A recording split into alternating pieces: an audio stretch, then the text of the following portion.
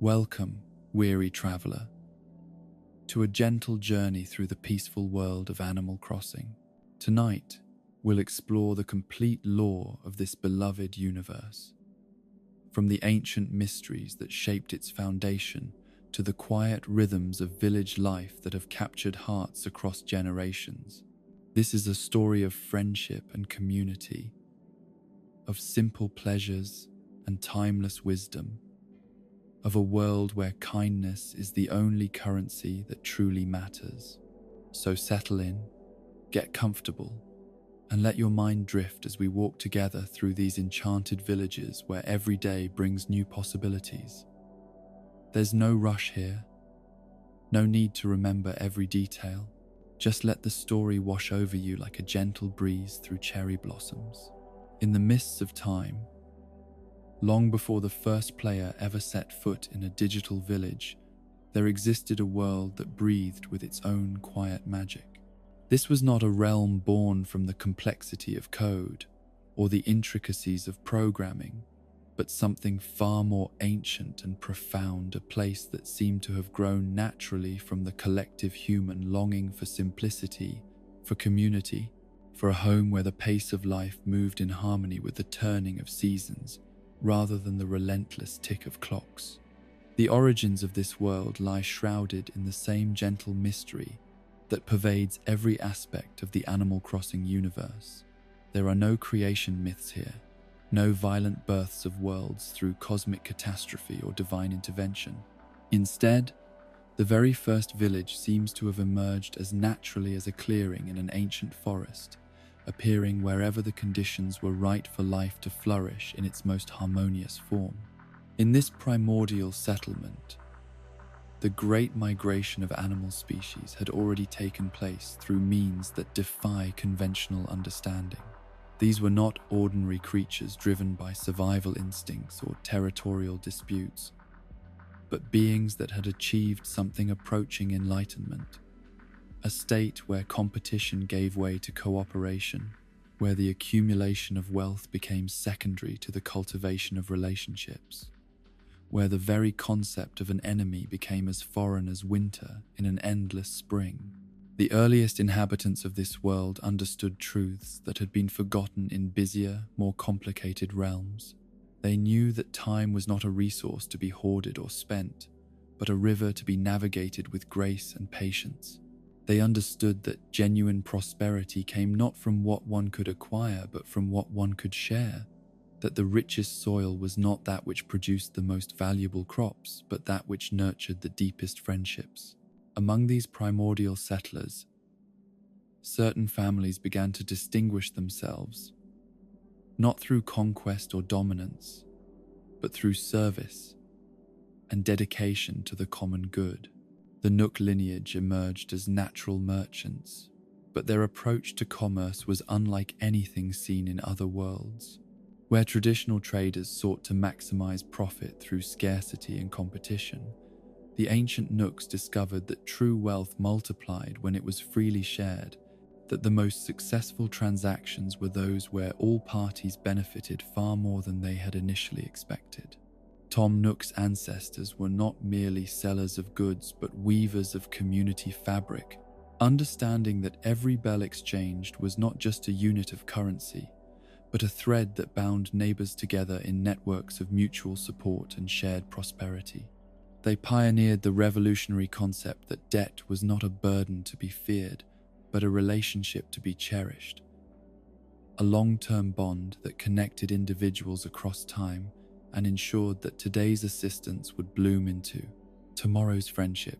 The establishment of the first Nook's Cranny was not a commercial venture, but something approaching a sacred act, the creation of a space where the practical needs of daily life could be met while fostering the deeper human needs for connection and belonging. The ancient Nooks understood that people did not simply want to purchase items. They wanted to participate in rituals that affirmed their place within the community, to engage in conversations that transformed mundane transactions into opportunities for genuine human connection. Parallel to the rise of the merchant families, The Able sisters' ancestors were developing their own profound understanding of the role that craftsmanship could play in building and maintaining social bonds. The earliest tailors in the Animal Crossing world recognized that clothing was never merely functional or decorative, but served as a language through which individuals could express their identity while simultaneously declaring their membership in the larger community. The ancient Able family workshops were places of quiet contemplation, where the rhythmic sound of needles working through fabric created a meditative atmosphere that drew visitors, not just for alterations and purchases, but for the peace that seemed to emanate from the careful, patient work of creation.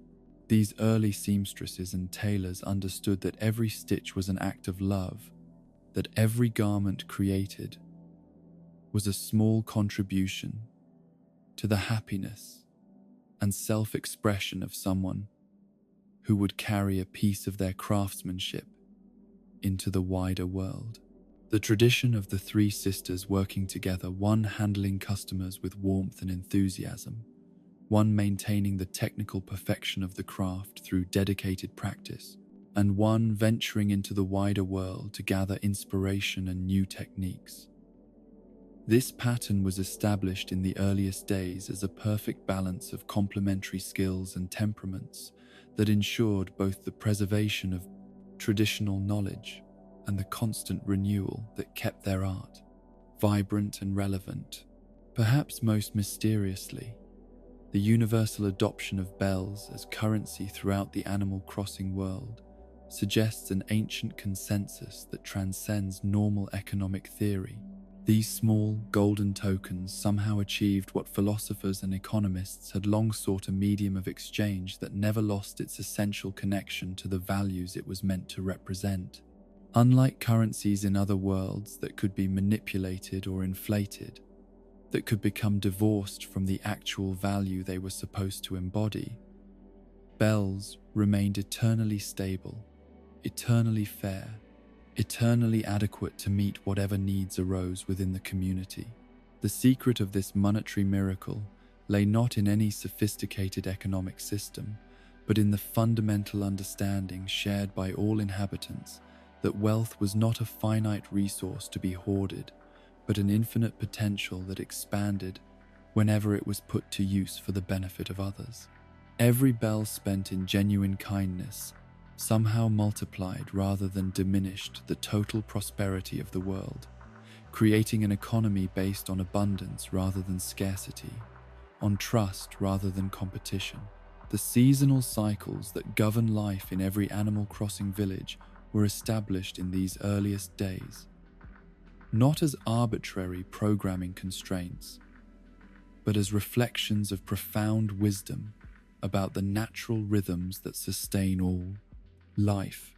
The ancient inhabitants understood that variety was the spice that prevented daily routines from becoming stale, that anticipation was often more precious than fulfillment, that the temporary scarcity of certain fish or insects or seasonal events made their eventual return a cause for genuine celebration rather than mere satisfaction. Spring in the primordial village was not just a time when certain flowers bloomed, but a season of renewal that touched every aspect of community life. The cherry blossom festivals that would become central to later village traditions began as spontaneous celebrations of the fleeting beauty that reminds all conscious beings of the precious nature of every moment. These early festivals established the template for all future celebrations, not as obligations to be fulfilled, but as opportunities for communities to come together in appreciation of the simple fact that they were alive, together, in a world that provided everything necessary for happiness. Summer brought its own rhythms of longer days and warmer evenings, when the boundaries between indoor and outdoor living dissolved, and the entire village became an extended living room where neighbors could visit with each other under stars that seemed closer and more personal than those visible from other worlds.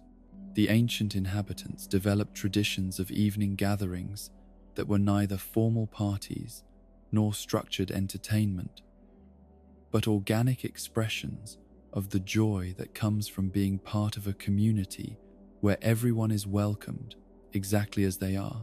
The autumn seasons taught lessons about preparation and gratitude, about harvesting not just the literal fruits of careful cultivation, but the more important yields of relationships tended with the same patience and attention given to prize-winning pumpkins.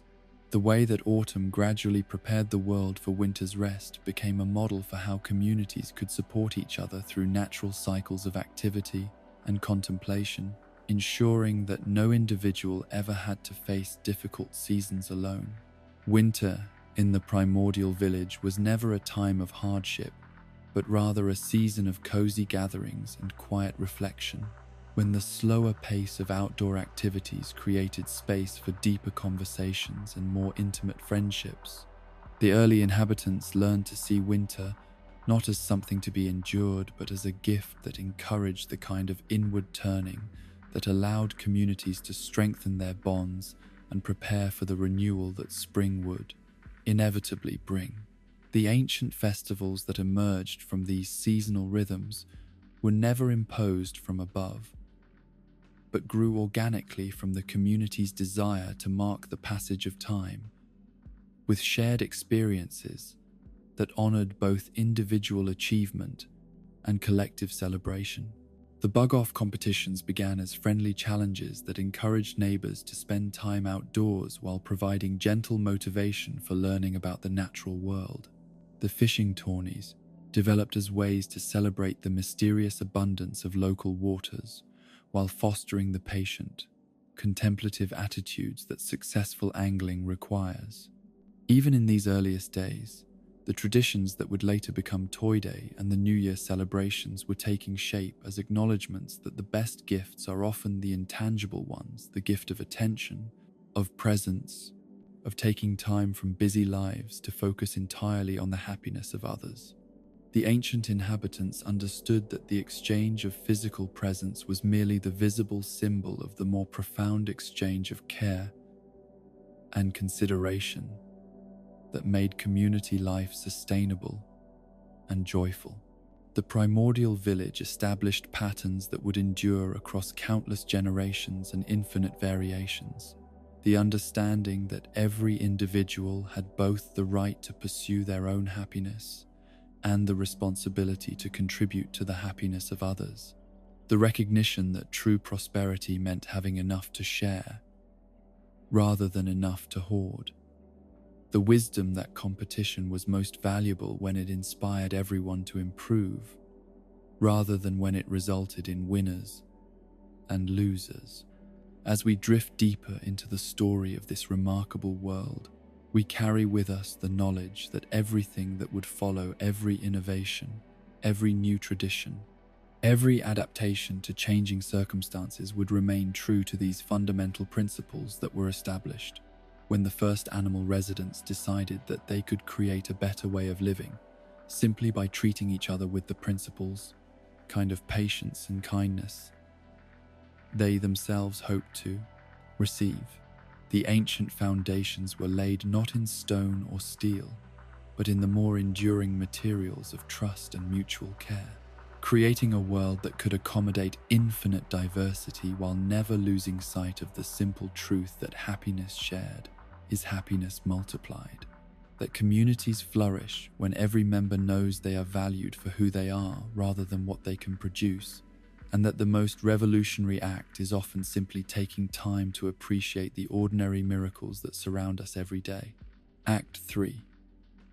The Celestial Watchers, Isabel's heritage and the Town Hall legacy. In the quiet hours before dawn breaks over the village, when the morning mist still clings to cobblestone paths and the first birds are beginning their gentle songs, there exists a moment of perfect stillness that belongs entirely to those who have dedicated their lives to service. It is in these precious minutes of solitude that the true guardians of community harmony perform their most sacred duties, checking and rechecking the countless details that ensure another day will unfold with the seamless grace that residents have come to expect as naturally as breathing. Among all the noble lineages that have shaped the Animal Crossing world across the generations, none has demonstrated more unwavering dedication to the principle of selfless service than the family of dogs who have made the maintenance of civic order their hereditary calling. These are not ordinary canines, driven by simple loyalty or the desire for treats and praise, but beings who have achieved something approaching enlightenment in their understanding of what it means to place the needs of the community above their own comfort and convenience. The service dog tradition stretches back to the earliest villages, where the first members of this remarkable family recognized that true happiness could only flourish in environments where the practical necessities of daily life were handled with such efficiency and care that residents could focus their attention on the deeper pleasures of friendship, creativity, and personal growth. These pioneering dogs understood that bureaucracy, rather than being a necessary evil, could become a form of art when practiced with genuine love for those it was meant to serve. Isabel herself represents the culmination of countless generations of this noble tradition, though she would be the first to deflect any praise toward the wisdom of her ancestors and the continued dedication of her contemporaries. Her heritage is written not in genealogical records, but in the countless small kindnesses that have smoothed the paths of village life across the centuries, in the infinite patience that has transformed administrative processes from burdensome chores into opportunities for genuine human connection. The training that shaped Isabel into the paragon of administrative excellence she has become began long before her conscious memory, embedded in lullabies that taught the fundamental rhythms of municipal management and bedtime stories that illustrated the profound satisfaction that comes from helping others navigate the complexities of civic life. Her puppy games involved organizing toy villages with the same meticulous attention to detail that would later make her legendary among mayors and residents alike. The ancient town hall that serves as the beating heart of every Animal Crossing village represents far more than a simple administrative building. Its architecture speaks of deeper truths about the nature of governance and community organization, with its welcoming facade and efficient interior layout designed to embody the principle that public service should be both accessible and dignified. The building itself serves as a physical manifestation of the social contract that binds villages together, a promise that individual needs will be heard and addressed within the context of collective well-being. The lobby of every town hall, with its carefully arranged furniture and warm lighting, creates an atmosphere that transforms what could be intimidating bureaucratic encounters into comfortable conversations between neighbors.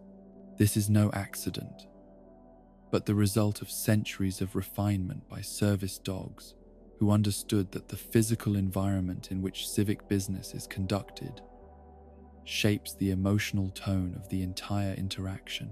Every chair is positioned to encourage relaxation rather than anxiety. Every window placed to provide natural light that creates a sense of openness and transparency. Behind the public areas, the private offices where Isabel conducts the detailed work of municipal management represent something approaching sacred space.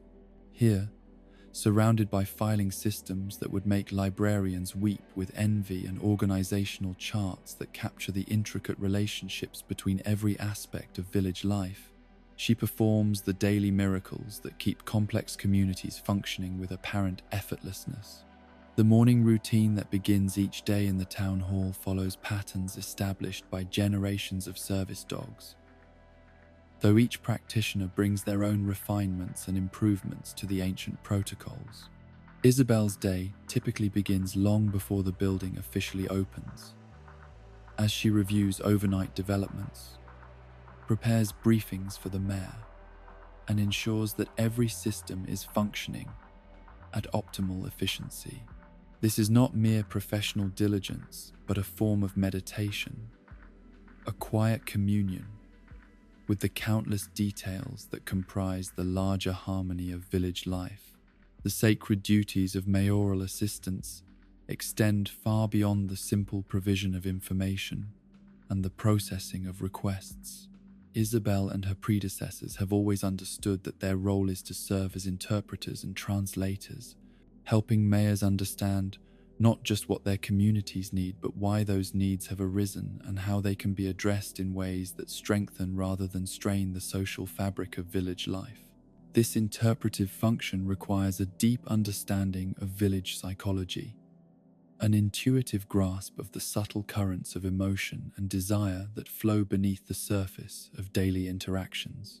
Isabel has developed an almost supernatural ability to sense when residents are struggling with problems they cannot articulate, when seemingly minor complaints mask deeper concerns about belonging and acceptance, when requests for specific services reflect broader anxieties about the direction of community development. The mystical connection between secretary dogs and village harmony manifests in ways that defy easy explanation, but are immediately apparent to anyone who has experienced the profound peace that settles over a well-managed community. Villages under Isabel's care seem to breathe differently, their rhythms more natural and sustainable, their conflicts resolved before they can escalate into genuine divisions, their celebrations more joyful, because every practical detail has been anticipated and addressed.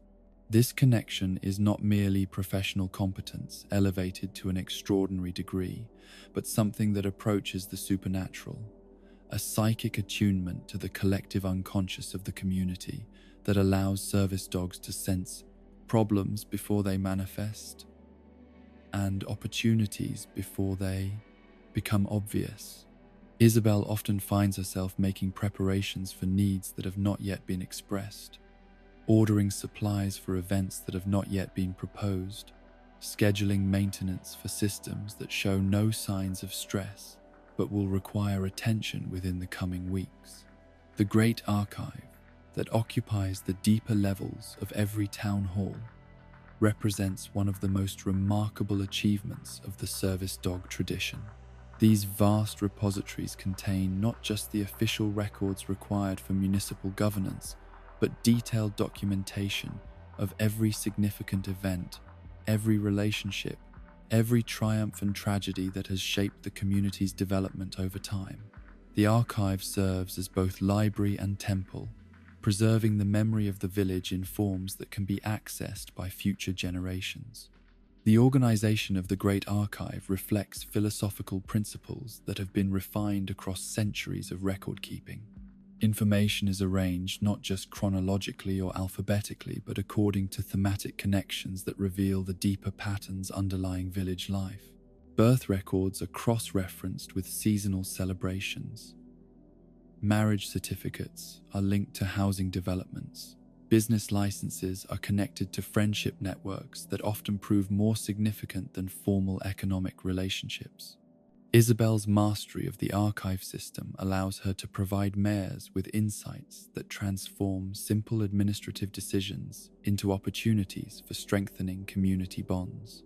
When residents apply for construction permits, she can immediately access the history of their relationships with neighbors, suggesting modifications that will enhance rather than disrupt established social patterns. When businesses request licenses, she can identify potential collaborations that will benefit the entire economic ecosystem of the village. The preservation of village records extends beyond mere documentation to encompass something approaching the sacred duty of maintaining collective memory. The service dogs understand that communities without access to their own history are vulnerable to repeating past mistakes.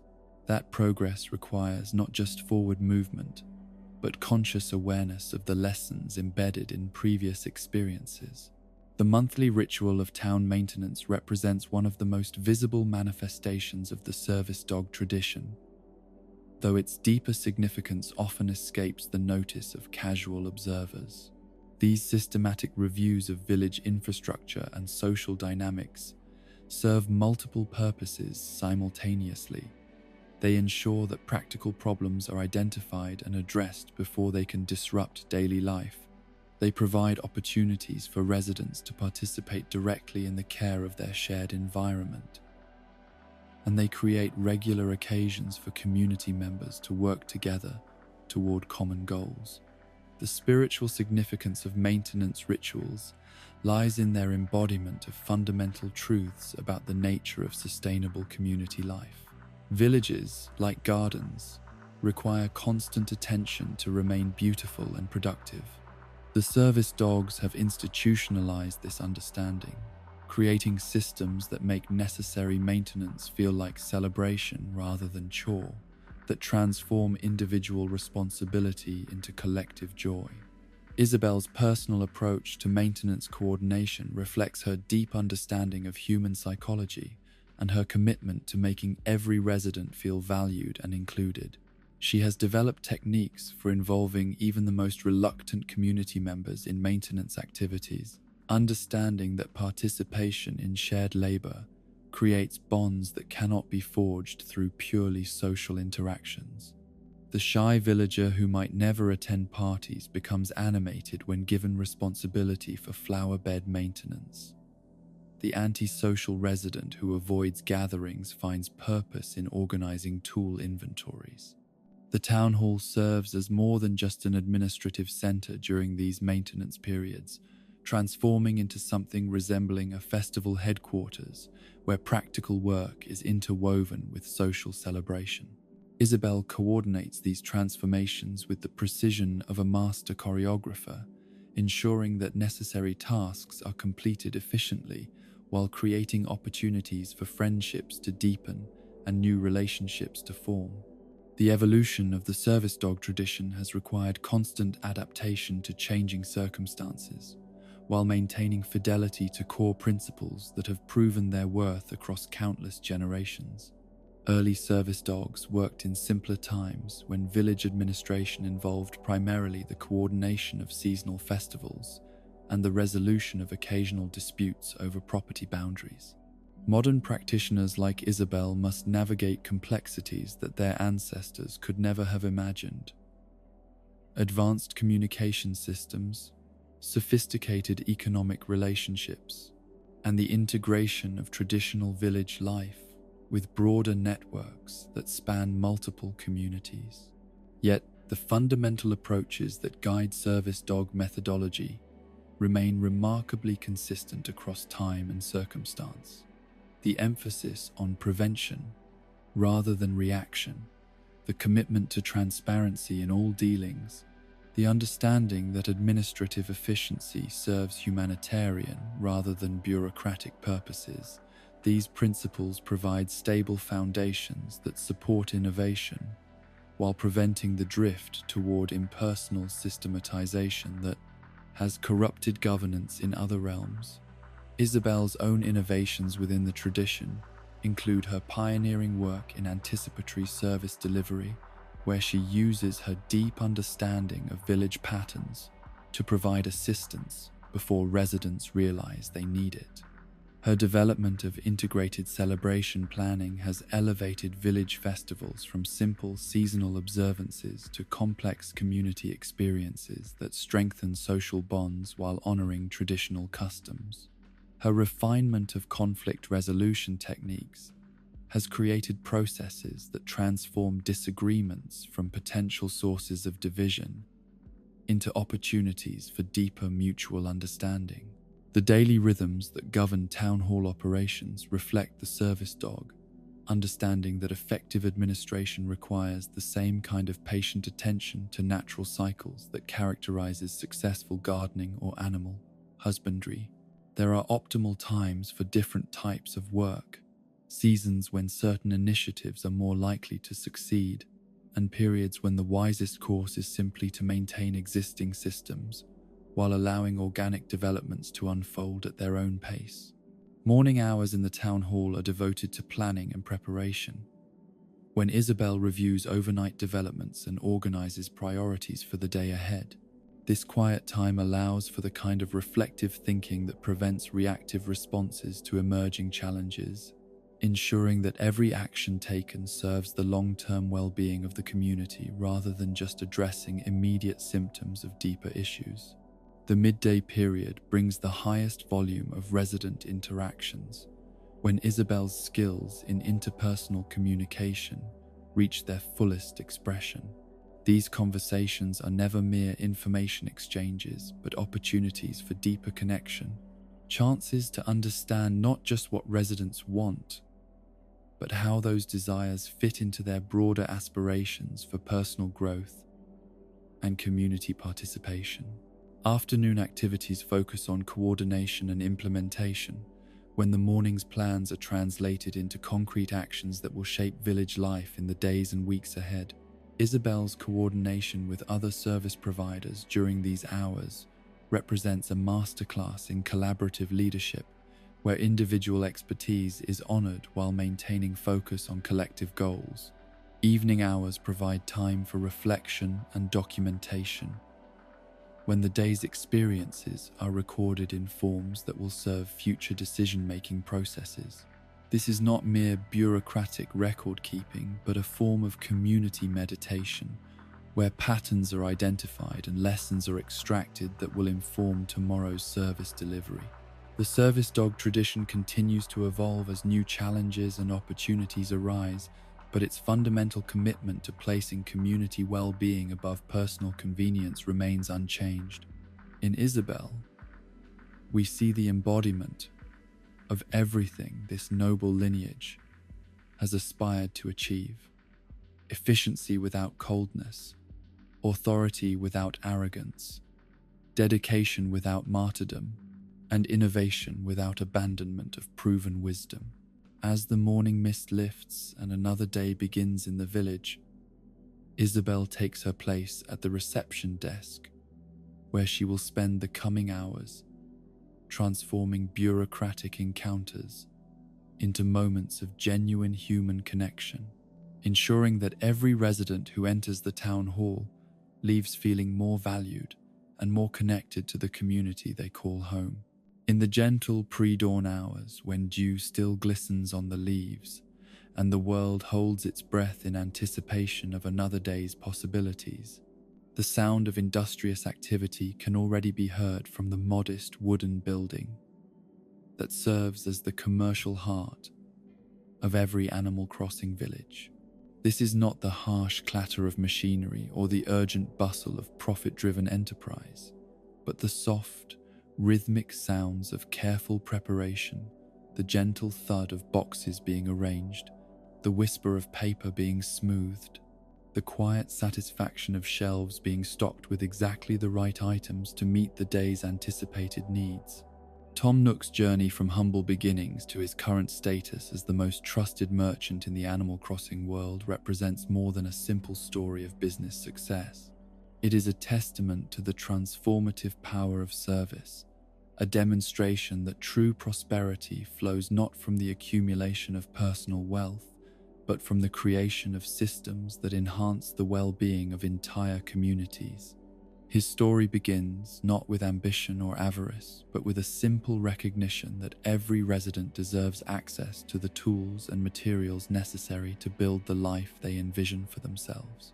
The young Tom Nook, who first established his modest shop, possessed neither extensive inventory nor sophisticated business training, but he did possess something far more valuable: an intuitive understanding of the relationship between commerce and community that would guide every decision he made throughout his remarkable career. He recognized from the very beginning that successful merchants serve not as mere vendors of goods, but as facilitators of dreams, helping residents transform their visions of ideal domestic life into tangible reality. The earliest iteration of Nook's Cranny was barely larger than a storage shed, its wooden walls lined with simple shelves that held whatever items Tom had managed to acquire through his fledgling network of suppliers and trading partners. The inventory was eclectic rather than comprehensive, reflecting not market research or demographic analysis, but Tom's developing intuition about the kinds of objects that spark joy and creativity in the hearts of village residents.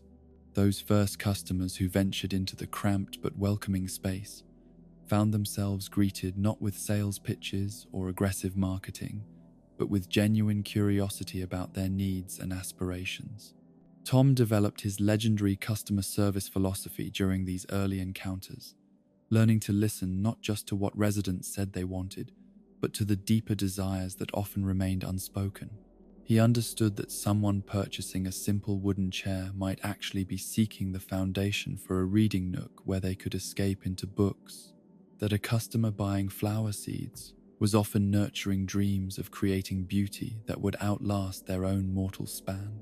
The expansion of Nook's Cranny, from its humble origins into the sophisticated commercial enterprise that serves modern villages, represents one of the most remarkable business development stories in the Animal Crossing world. Yet, at each stage of growth, Tom remained faithful to the fundamental principles that had guided his earliest efforts: that commerce should serve community rather than exploit it, that genuine success could be measured not in accumulated profits, but in accumulated trust, and that the most valuable transactions were those that left all parties feeling enriched rather than diminished. The introduction of Timmy and Tommy into Tom Nook's operation marked a turning point that transformed a successful individual enterprise into something approaching a family dynasty. The precise origins of these devoted apprentices remain shrouded in the same gentle mystery that characterizes so many aspects of the Animal Crossing world, but their arrival brought with it new possibilities for expanding the reach and sophistication of Nook's commercial activities, while maintaining the personal touch that had made the original store so beloved. Timmy and Tommy's relationship with Tom Nook transcends the typical employer-employee dynamic, representing instead a form of chosen family, where knowledge and values are transmitted not through formal instruction, but through daily example and shared experience. The young Tanuki demonstrated from their earliest days an intuitive understanding of the Nook philosophy, absorbing not just the practical skills of inventory management and customer service, but the deeper wisdom about the role that commerce can play in building and maintaining community bonds. Under Tom's patient mentorship, Timmy and Tommy developed their own distinctive approaches to customer interaction, their youthful enthusiasm complementing their mentor's seasoned wisdom to create a shopping experience that felt more like visiting cherished friends than engaging in mundane commercial transactions. Their habit of finishing each other's sentences and speaking in cheerful unison became not just an endearing quirk, but a symbol of the harmony and cooperation that characterizes the Nook approach to business. The philosophy of eternal debt that underlies Tom Nook's approach to real estate development represents perhaps his most revolutionary contribution to Animal Crossing economics. In other worlds, debt is viewed as a burden to be avoided or a trap that ensnares the unwary. But Tom's insight was to recognize that properly structured financial obligations could serve as frameworks for long-term relationship building, creating connections between individuals and communities that transcended mere monetary exchange. The home loans that Tom offers to new residents are structured not to maximize profit or create dependency, but to provide sustainable pathways toward home ownership that respect both the financial realities of village life and the deeply human need for security and stability. The absence of interest charges, the flexibility of repayment schedules, and the complete lack of pressure or collection activities transform what could be stressful financial arrangements into collaborative partnerships focused on helping residents achieve their domestic dreams. The genius of the Nook mortgage system lies in its recognition that homes are not mere commodities to be bought and sold, but the physical foundations upon which entire lives are built. Tom understands that the process of paying for one's home creates psychological investment that goes far beyond financial obligation, fostering the kind of deep attachment to place and community that ensures villages remain stable and coherent across generations. The expansion of Tom Nook's business activities into full-service real estate development represented a natural evolution of his commitment to helping residents create the lives they envisioned for themselves. The Nook Homes division applies the same principles that had made his retail operations successful, treating each construction project not as a simple transaction, but as an opportunity to translate individual dreams into architectural reality.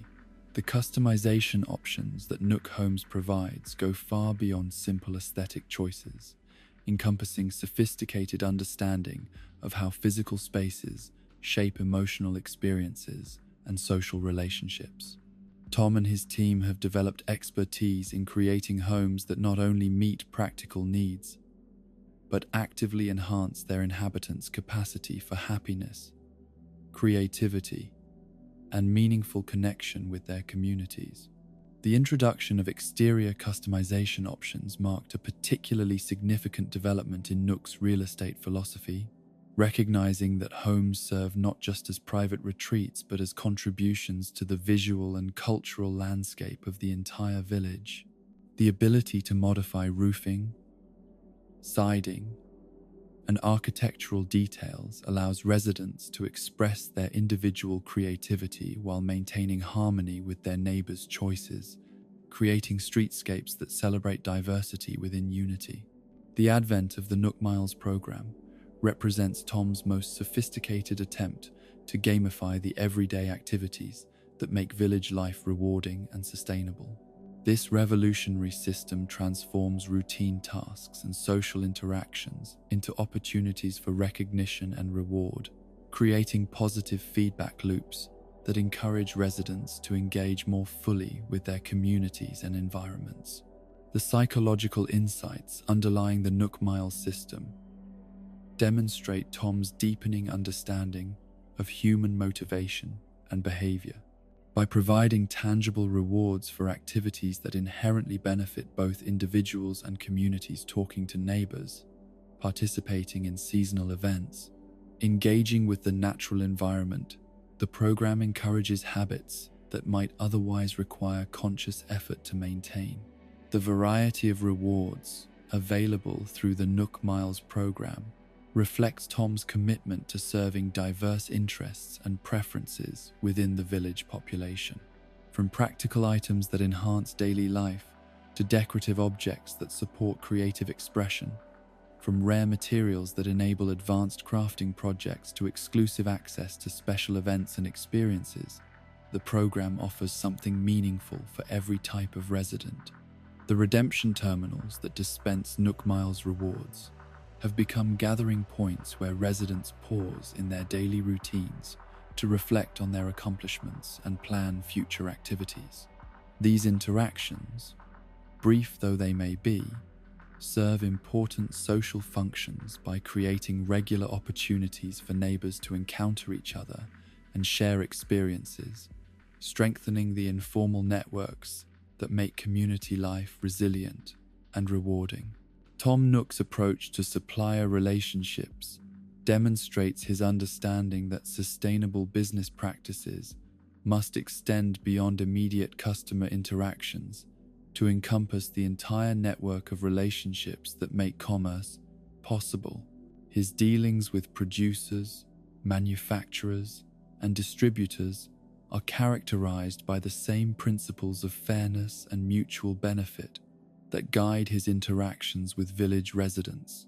The seasonal rotation of inventory that keeps Nook's Cranny fresh and interesting throughout the year reflects careful coordination with suppliers who share Tom's commitment to quality and reliability. Rather than simply pursuing the lowest possible wholesale prices, Tom has cultivated relationships with producers who demonstrate genuine craftsmanship and attention to detail, understanding that the long-term reputation of his business depends on consistently offering items that meet or exceed customer expectations. The introduction of special orders and custom requests marked an important evolution in Nook's customer service capabilities, allowing residents to access items that might not be part of regular inventory while maintaining the personal touch that characterizes all of Tom's business activities. These services require sophisticated logistical coordination, but provide opportunities for deeper engagement with customer needs and preferences. The catalog system that allows residents to reorder previously purchased items represents another innovation that demonstrates Tom's understanding of how people actually live and use the objects they acquire. By maintaining detailed records of every transaction and making previously purchased items easily accessible for reordering, the system acknowledges that true customer satisfaction extends far beyond the initial purchase to encompass ongoing support for the ways customers choose to use and enjoy their acquisitions. The Able Sisters Workshop, located just steps away from Nook's Cranny in most village layouts, represents a complementary approach to commerce that emphasizes artisanal craftsmanship and personal expression over mass-market convenience. The relationship between these two commercial establishments demonstrates how different business philosophies can coexist and even strengthen each other when they share fundamental commitments to community service and customer satisfaction.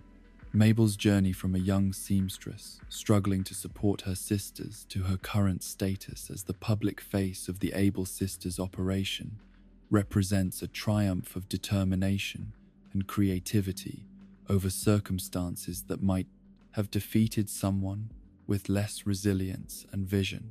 Her childhood experiences, marked by loss and financial insecurity, instilled in her an understanding of how economic vulnerability can undermine personal dignity and social connection, insights that would shape her approach to customer service throughout her career. The tragedy that claimed the lives of Mabel's parents occurred during her formative years, transforming what should have been a carefree childhood into a premature introduction to adult responsibilities and concerns. Rather than allowing these early hardships to embitter her perspective on life or commerce, Mabel channeled her experiences into a deeper empathy for customers who might be struggling with their own challenges and uncertainties. The bond between the three Able sisters was forged in the crucible of shared adversity, creating relationships that transcend typical sibling dynamics to encompass something approaching sacred trust. Each sister developed distinctive strengths and capabilities, but their combined efforts created something greater than the sum of their individual contributions. A business that serves not just as a source of beautiful clothing, but as a sanctuary where creativity and community intersect.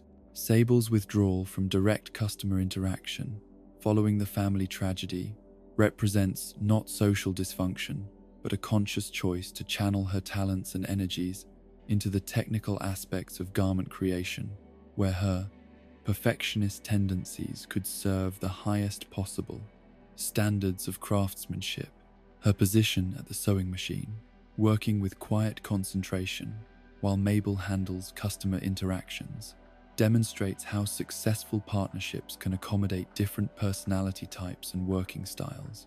The mastery that Sable has achieved in the ancient sewing arts extends far beyond simple technical proficiency to encompass something approaching spiritual practice. Her understanding of fabric properties, stitching techniques, and construction methods has been refined through years of dedicated practice into an intuitive knowledge that allows her to visualize completed garments before the first cut is made, to anticipate how different materials will drape and wear, to solve construction challenges that would baffle less experienced seamstresses. The rhythm of Sable's work creates a meditative atmosphere in the Able Sisters shop that customers often find unexpectedly soothing. The steady whisper of thread moving through fabric, the gentle percussion of the sewing machine, and the subtle sounds of scissors and pins create a sonic environment that encourages relaxation and reflection, transforming shopping expeditions into opportunities for quiet contemplation. Label's journey through the fashion world beyond the village represents the third sister's exploration of how traditional craftsmanship principles can be adapted and applied in broader commercial contexts. Her experiences working with mass-market fashion companies provided valuable insights into production techniques and trend forecasting, but ultimately reinforced her appreciation for the more personal and sustainable approaches that characterize the family business. The decision to establish Label as the traveling sister, who brings external perspectives and seasonal collections back to the village workshop, represents a sophisticated understanding of how small businesses can remain competitive while maintaining their core values. Label's periodic visits create anticipation and excitement among fashion-conscious residents, while ensuring that the Able sisters remain connected to broader cultural developments without being overwhelmed by them. The seasonal fashion shows that Label coordinates during her visits have evolved into significant social events that bring the entire village together in celebration of creativity and self-expression. These gatherings demonstrate how commercial activities can be structured to serve community-building functions, creating shared experiences that strengthen social bonds while introducing residents to new possibilities for personal style and artistic expression. The QR code revolution that transformed the Animal Crossing fashion landscape represents one of the most democratizing innovations in the history of the series. By enabling residents to share and access custom designs created by players around the world, the system transformed every village into a potential fashion capital, while providing new outlets for artistic expression that transcend geographical boundaries. The Able sisters' embrace of this technological innovation demonstrates their understanding that true craftsmanship principles are enhanced rather than threatened by tools that expand creative possibilities. Rather than viewing digital design sharing as competition for traditional sewing services, they recognized it as an opportunity to participate in a global community of creators while maintaining their commitment to quality and personal service. The integration of custom designs into the broader ecosystem of village life has created new forms of cultural expression that blur the boundaries between fashion and environmental design. Residents use custom patterns not just for clothing, but for home decoration, public art projects, and seasonal celebrations, transforming the entire village into a canvas for collaborative creativity. The Able sisters' role in preserving cultural identity through clothing extends far beyond simple commerce to encompass something approaching anthropological preservation work. The traditional patterns and construction techniques that Sable maintains in her repertoire represent links to historical periods and cultural movements that might otherwise be forgotten, ensuring that future generations have access to their aesthetic heritage. The seasonal collections that rotate through the Able sisters' inventory reflect deep understanding of how clothing choices are influenced by natural cycles and social rhythms. The transition from light summer fabrics to warm winter garments mirrors the broader changes in village life and activities, while holiday-themed items provide opportunities for residents to participate in seasonal celebrations with appropriate style and festivity. The relationship between the Able sisters' workshop and Tom Nook's retail empire demonstrates how different approaches to commerce can complement each other when both are grounded in genuine commitment to customer service and community enhancement. The two businesses frequently collaborate on projects that require both mass-market efficiency and artisanal craftsmanship, creating solutions that neither could achieve independently. The apprenticeship programs that both establishments offer to interested residents represent their shared commitment to preserving and transmitting valuable skills to future generations. These informal educational opportunities allow community members to develop new capabilities while contributing to the ongoing success of the businesses, creating win-win relationships that strengthen both individual growth and economic sustainability. As the morning sun climbs higher and the day's commercial activities reach their full rhythm, both Nook's Cranny and the Able Sisters workshop buzz with the quiet satisfaction that comes from work that serves purposes beyond mere profit. In these establishments, commerce becomes a form of community service, transactions become opportunities for connection, and business success is measured not just in bells earned, but in relationships built and dreams fulfilled. In the mystical hours when ordinary time seems to bend and stretch like warm taffy, when the boundaries between one day and the next dissolve into something fluid and permeable, the traveling merchants of the Animal Crossing world emerge from whatever hidden dimensions they inhabit to bring wonder and possibility to villages that might otherwise remain isolated from the broader currents of creativity and culture. These are not ordinary vendors driven by simple profit motives or seasonal business cycles, but wandering spirits who serve as conduits between the settled world of village life and the infinite realm of dreams and desires that exists just beyond the horizon of everyday experience. The phenomenon of traveling merchants represents one of the most enchanting mysteries in the Animal Crossing universe, where beings of obvious intelligence and remarkable skill appear and disappear according to patterns that defy conventional understanding of commerce and geography. Their arrivals are never announced in advance. Their departures leave no forwarding addresses, and yet their presence invariably brings gifts that residents never knew they needed until the moment of encounter.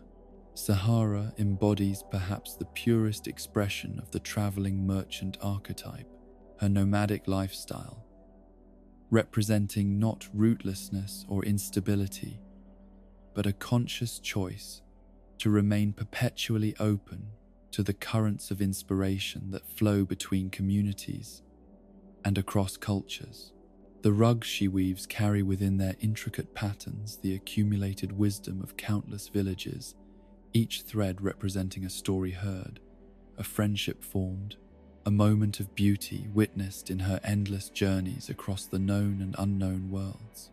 The art that Sahara practices transcends simple craft to encompass something approaching shamanic practice, where the act of weaving becomes a form of meditation that channels collective unconscious desires into tangible form.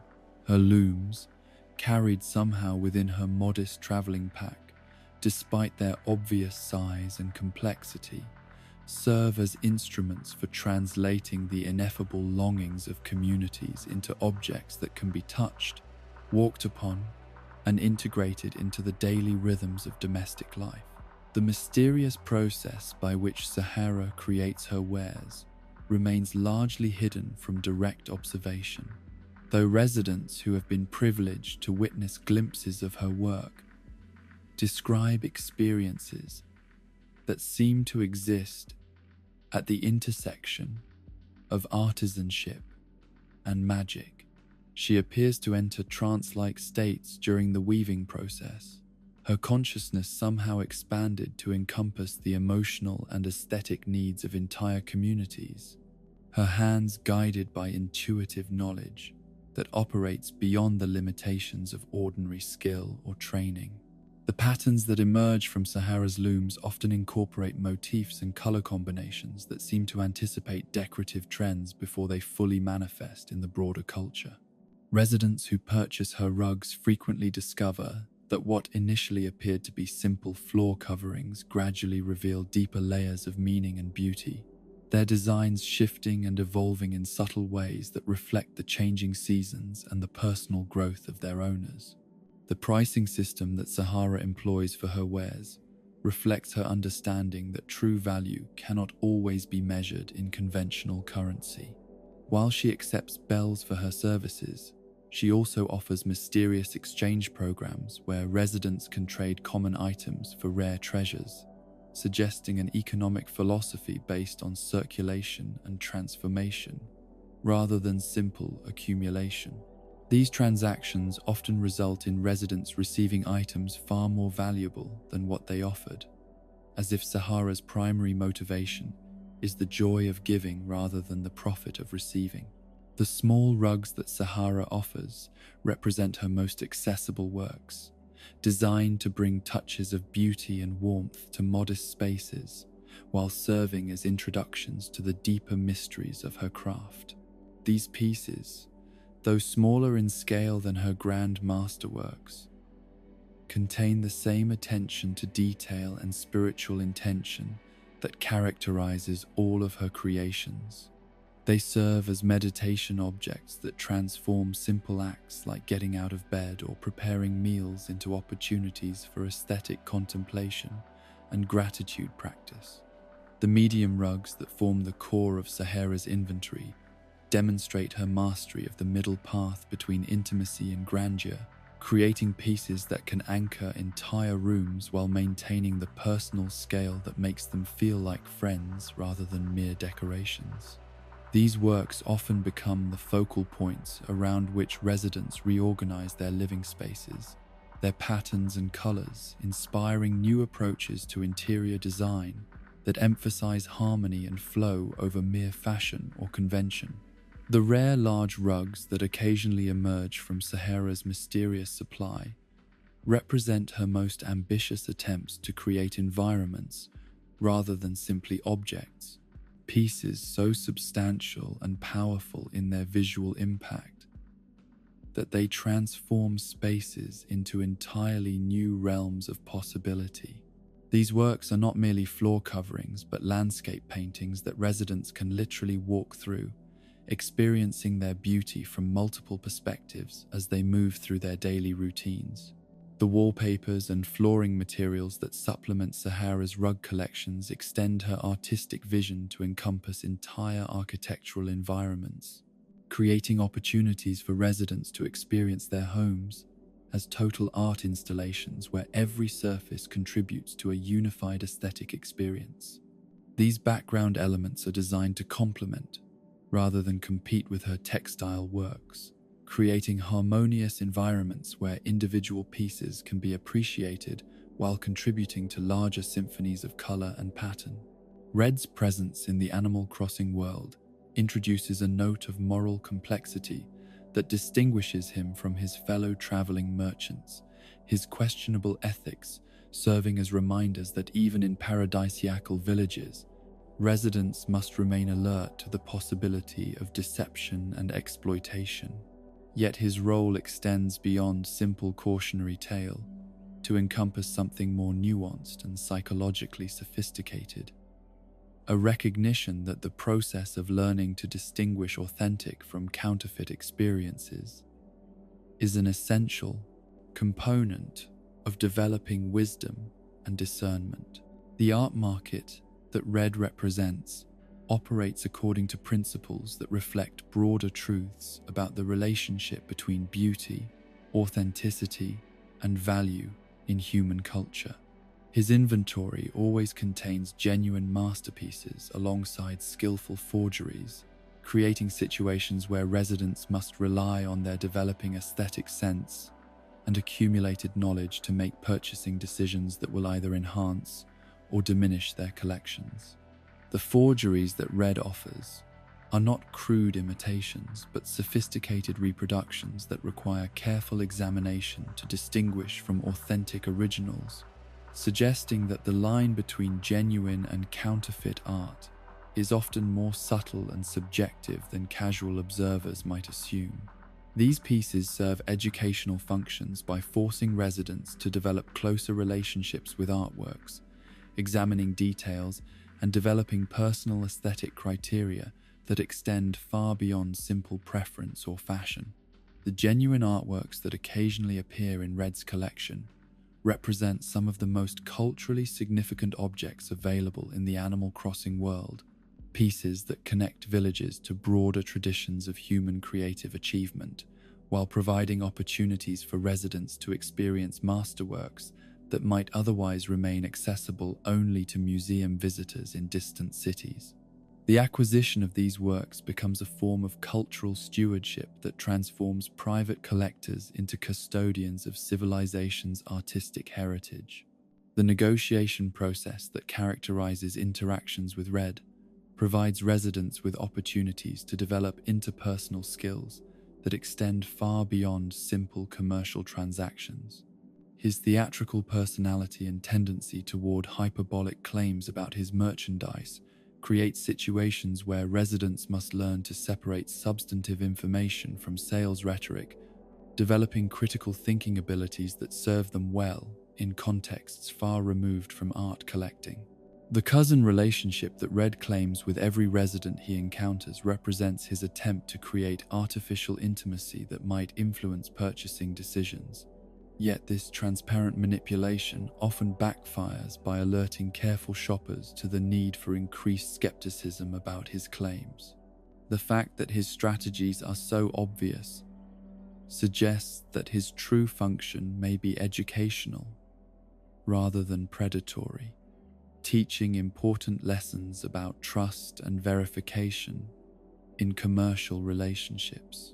Kix represents perhaps the most straightforward and honest of all the traveling merchants.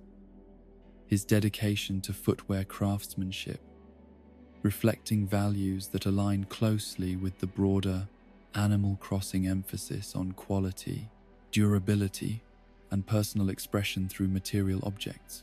His inventory consists entirely of legitimate products created through traditional manufacturing processes, with no element of mystery or moral ambiguity to complicate the shopping experience.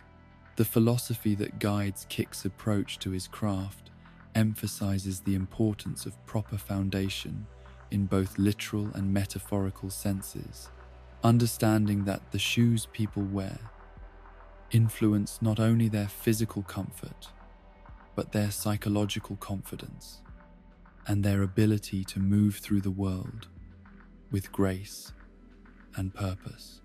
His products are designed to support both practical mobility and personal style, creating harmony between functional necessity and aesthetic expression.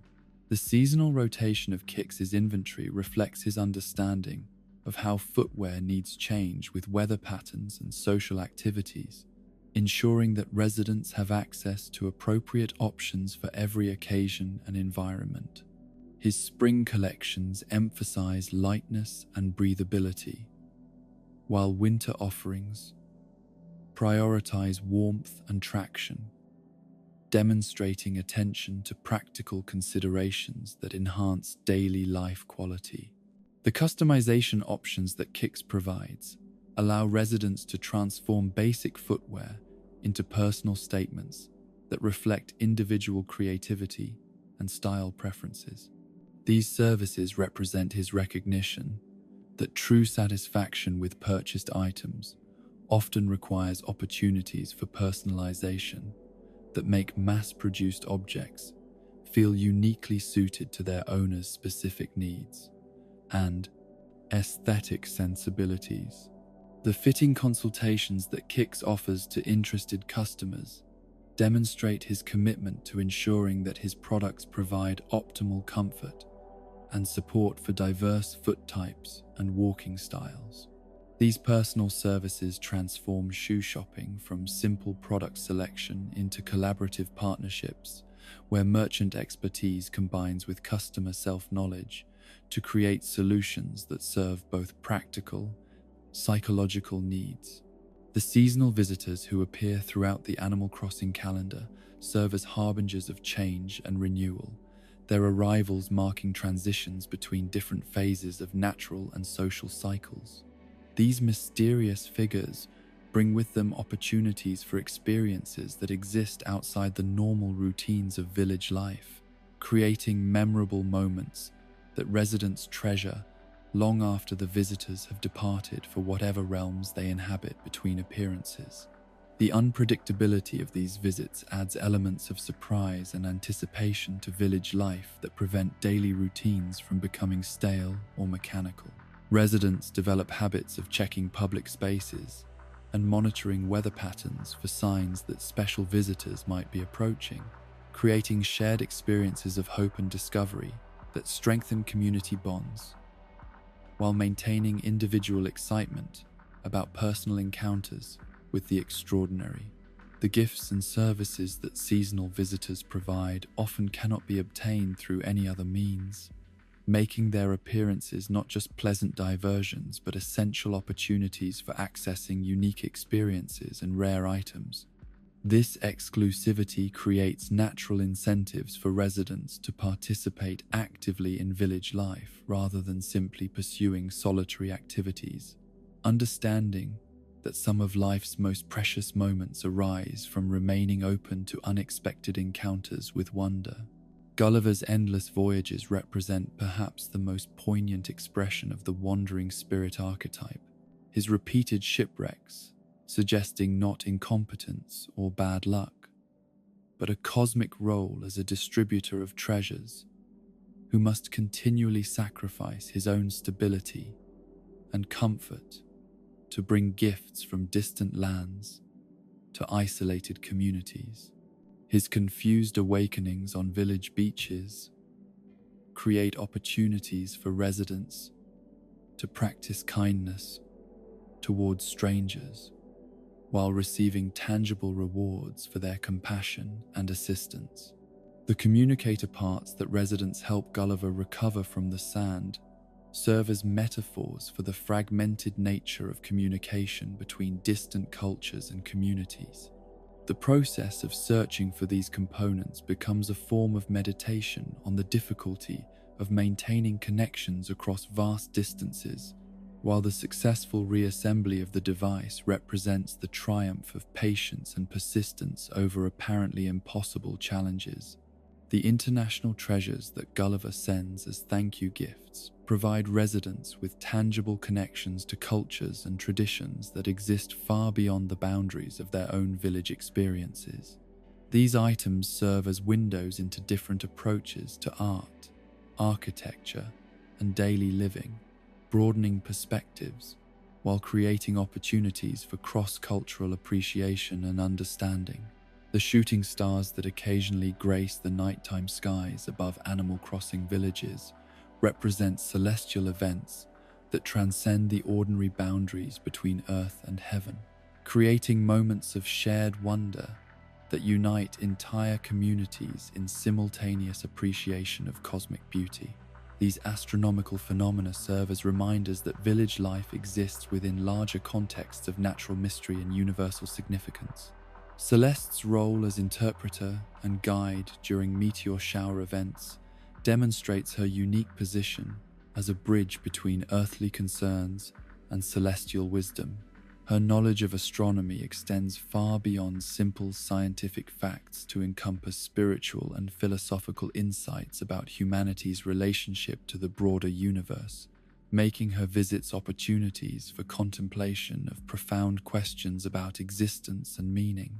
The star fragments that residents can collect during meteor shower events serve as physical evidence of their participation in cosmic events that connect their small village experiences to the vast scale of stellar phenomena.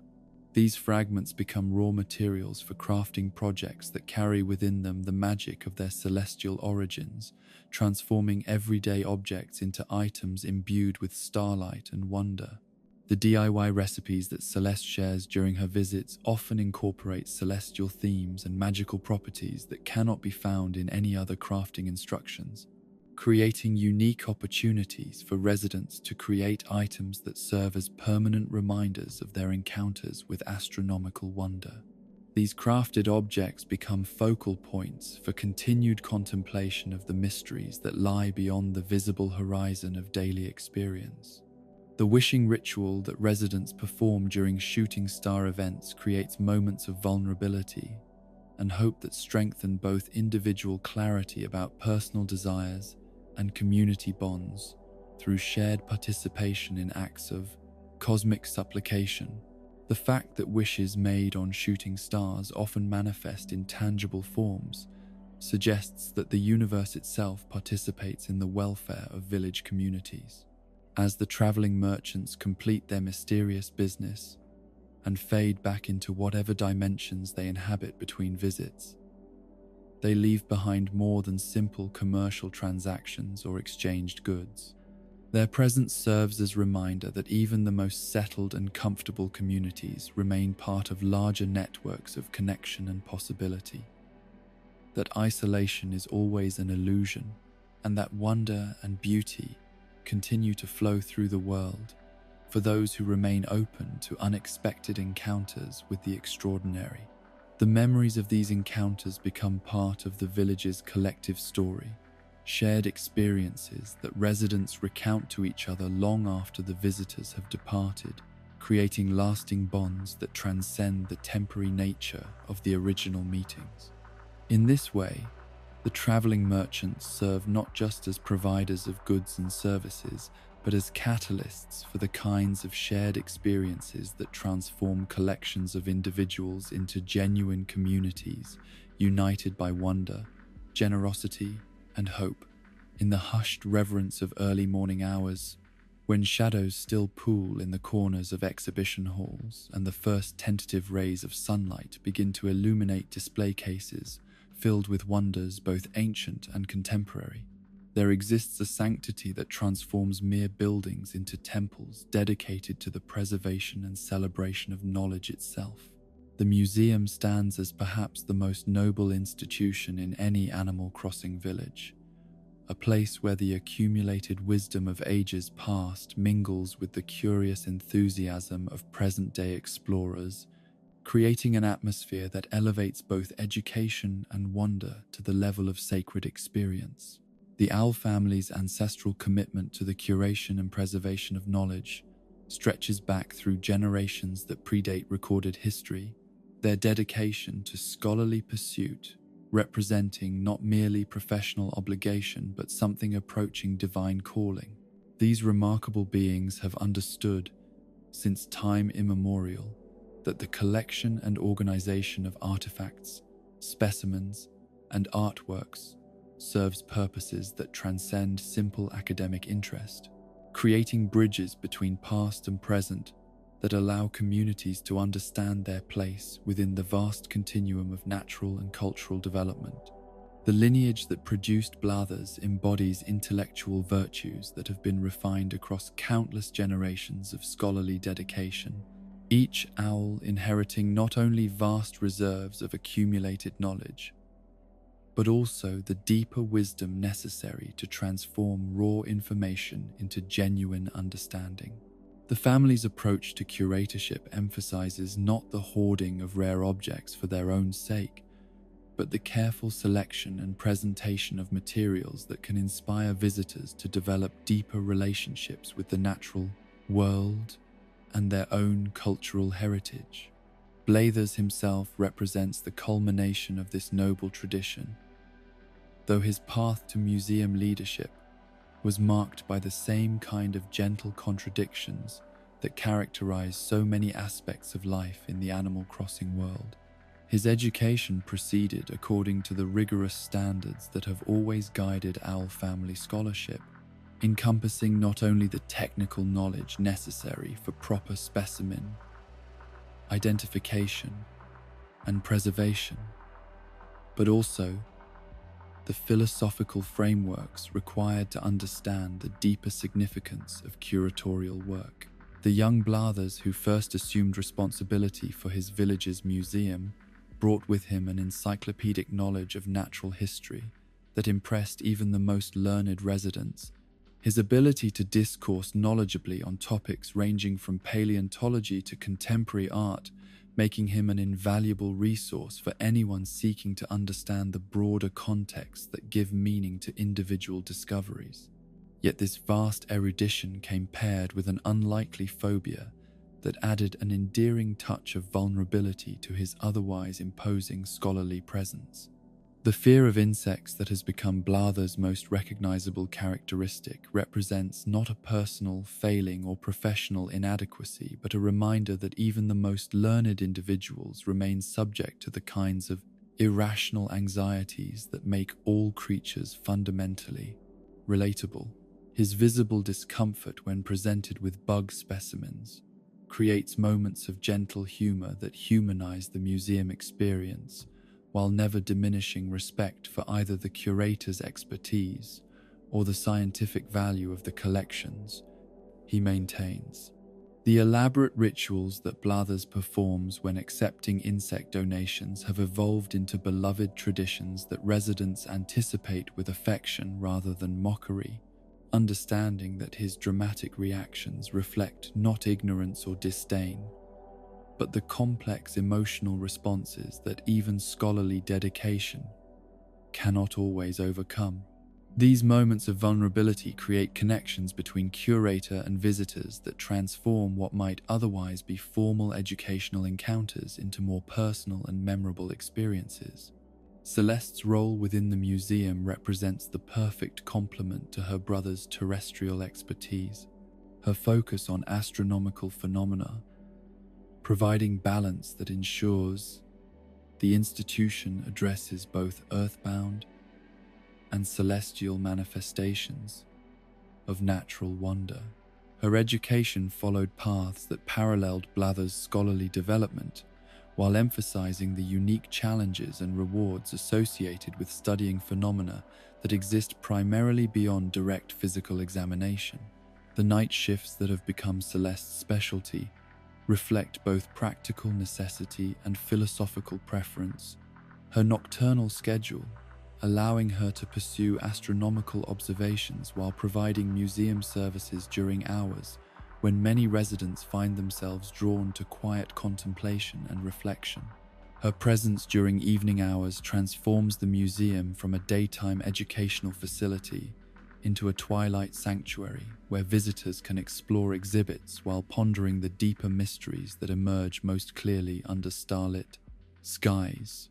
The relationship between the two owl siblings demonstrates how different scholarly temperaments can complement each other, while serving the common goal of making knowledge accessible and meaningful to diverse audiences. Blathers' encyclopedic mastery of detail provides the foundation of factual accuracy that gives credibility to the museum's educational mission, while Celeste's more philosophical approach helps visitors understand how individual facts connect to larger patterns of meaning and significance.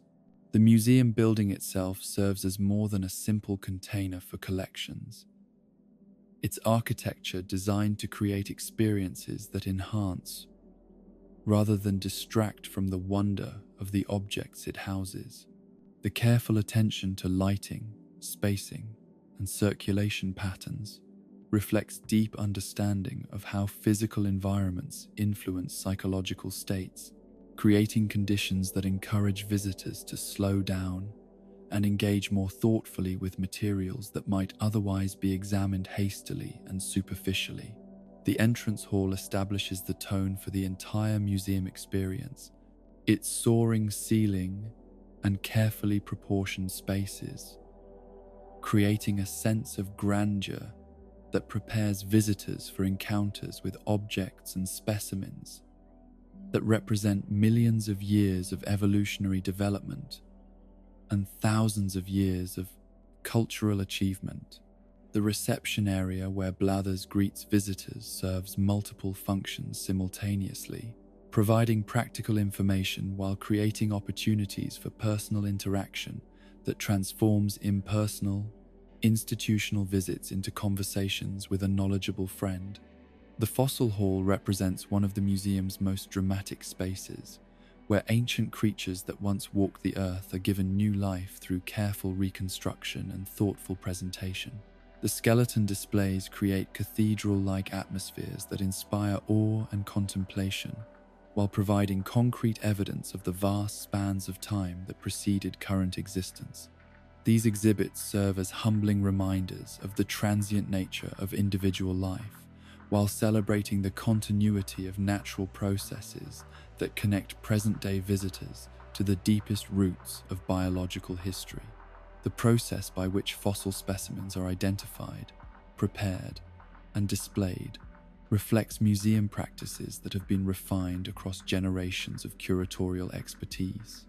Blathers' ability to reconstruct complete skeletons from fragmentary remains demonstrates not only technical skill, but also the kind of imaginative vision necessary to perceive whole creatures within scattered pieces of mineralized bone. His explanations of paleontological processes help visitors understand that fossil hunting represents not merely collecting activity, but participation in scientific endeavors that expand human knowledge of evolutionary history. The fish gallery transforms aquatic specimens that might otherwise be viewed as simple trophies into windows onto underwater ecosystems that remain largely hidden from terrestrial observers. The display cases create miniature environments that suggest the natural habitats where these creatures once lived, while informational placards provide ecological context that helps visitors understand the complex relationships that connect aquatic life to broader environmental systems. The presentation of fish specimens requires particular curatorial sensitivity to ensure that displays remain both scientifically accurate and aesthetically appealing. Despite the inherent challenges of preserving aquatic organisms for long-term exhibition, Blather's expertise in specimen preparation ensures that each fish retains the natural beauty that made it worthy of collection, while serving educational functions that extend far beyond simple identification and classification. The insect exhibition represents perhaps the greatest test of Blather's professional dedication, requiring him to overcome personal discomfort in service of educational goals that he recognizes as essential components of any comprehensive natural history collection. The displays in this section demonstrate particular attention to creating presentations that highlight the beauty and importance of arthropod life, while minimizing the visual impact that triggers his phobic responses. The seasonal rotation of insect displays reflects both the natural cycles that govern arthropod activity and Blather's preference for limiting his exposure to the specimens that cause him the greatest discomfort. The spring and summer exhibitions, when insect donations reach their peak, require him to marshal all of his professional determination while creating displays that celebrate the diversity and ecological importance of creatures he would prefer to avoid entirely. The art wing of the museum serves as a bridge between natural history and cultural achievement, providing space for the masterworks that residents occasionally acquire through their interactions with traveling merchants or special events. These galleries demonstrate how aesthetic appreciation and scientific understanding can complement each other, creating environments where beauty and knowledge reinforce each other rather than competing for visitors' attention. The authentication processes that govern art acquisitions reflect museum standards that prioritize scholarly integrity over collection expansion, ensuring that only genuine works find permanent homes within the institution's carefully curated galleries. Blather's expertise in art history, though secondary to his natural science specialization, proves sufficient for distinguishing authentic masterpieces from the sophisticated forgeries that occasionally appear in village art markets. The educational philosophy that guides all museum activities emphasizes inspiration over mere information transfer, recognizing that lasting learning occurs when visitors develop emotional connections to materials that might otherwise remain abstract or distant. The interactive elements incorporated throughout the facility encourage hands-on exploration while maintaining appropriate respect for irreplaceable specimens and artifacts that require careful preservation for future generations. The research facilities that occupy the museum's less visible spaces represent the institution's commitment to advancing knowledge through original investigation, rather than simply displaying materials collected by others. Blather's ongoing studies of local ecosystems contribute to broader scientific understanding, while ensuring that the museum remains connected to cutting-edge developments in natural history research. The library and archive sections provide resources for residents who wish to pursue independent study of topics related to museum collections, creating opportunities for self-directed learning that extend the institution's educational impact far beyond formal exhibitions and guided tours.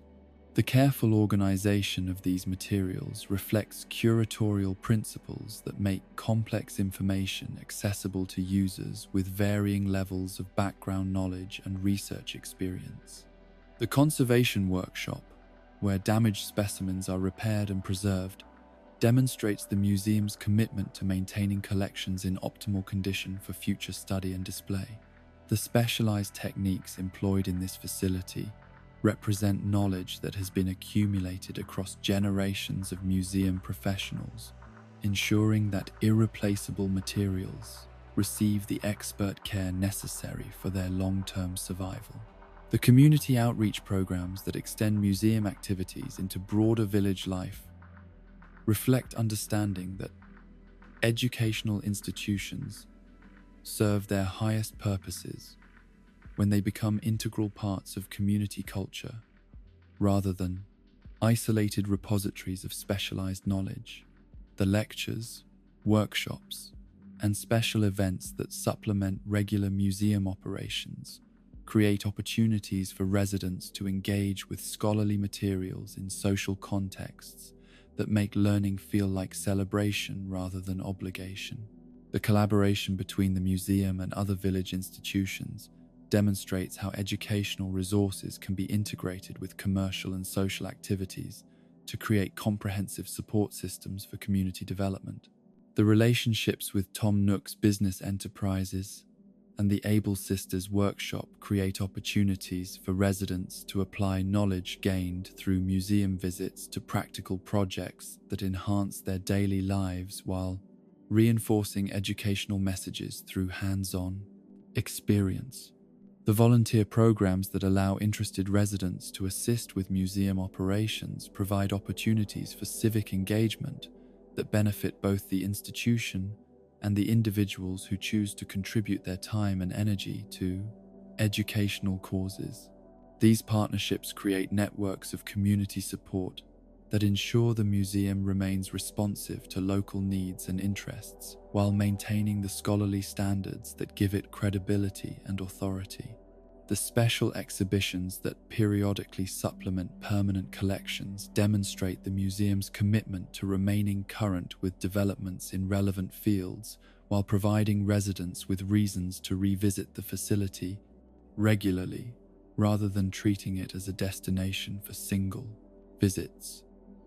These temporary displays often focus on topics that connect natural history to contemporary environmental concerns, creating opportunities for education that feels relevant and urgent rather than purely academic.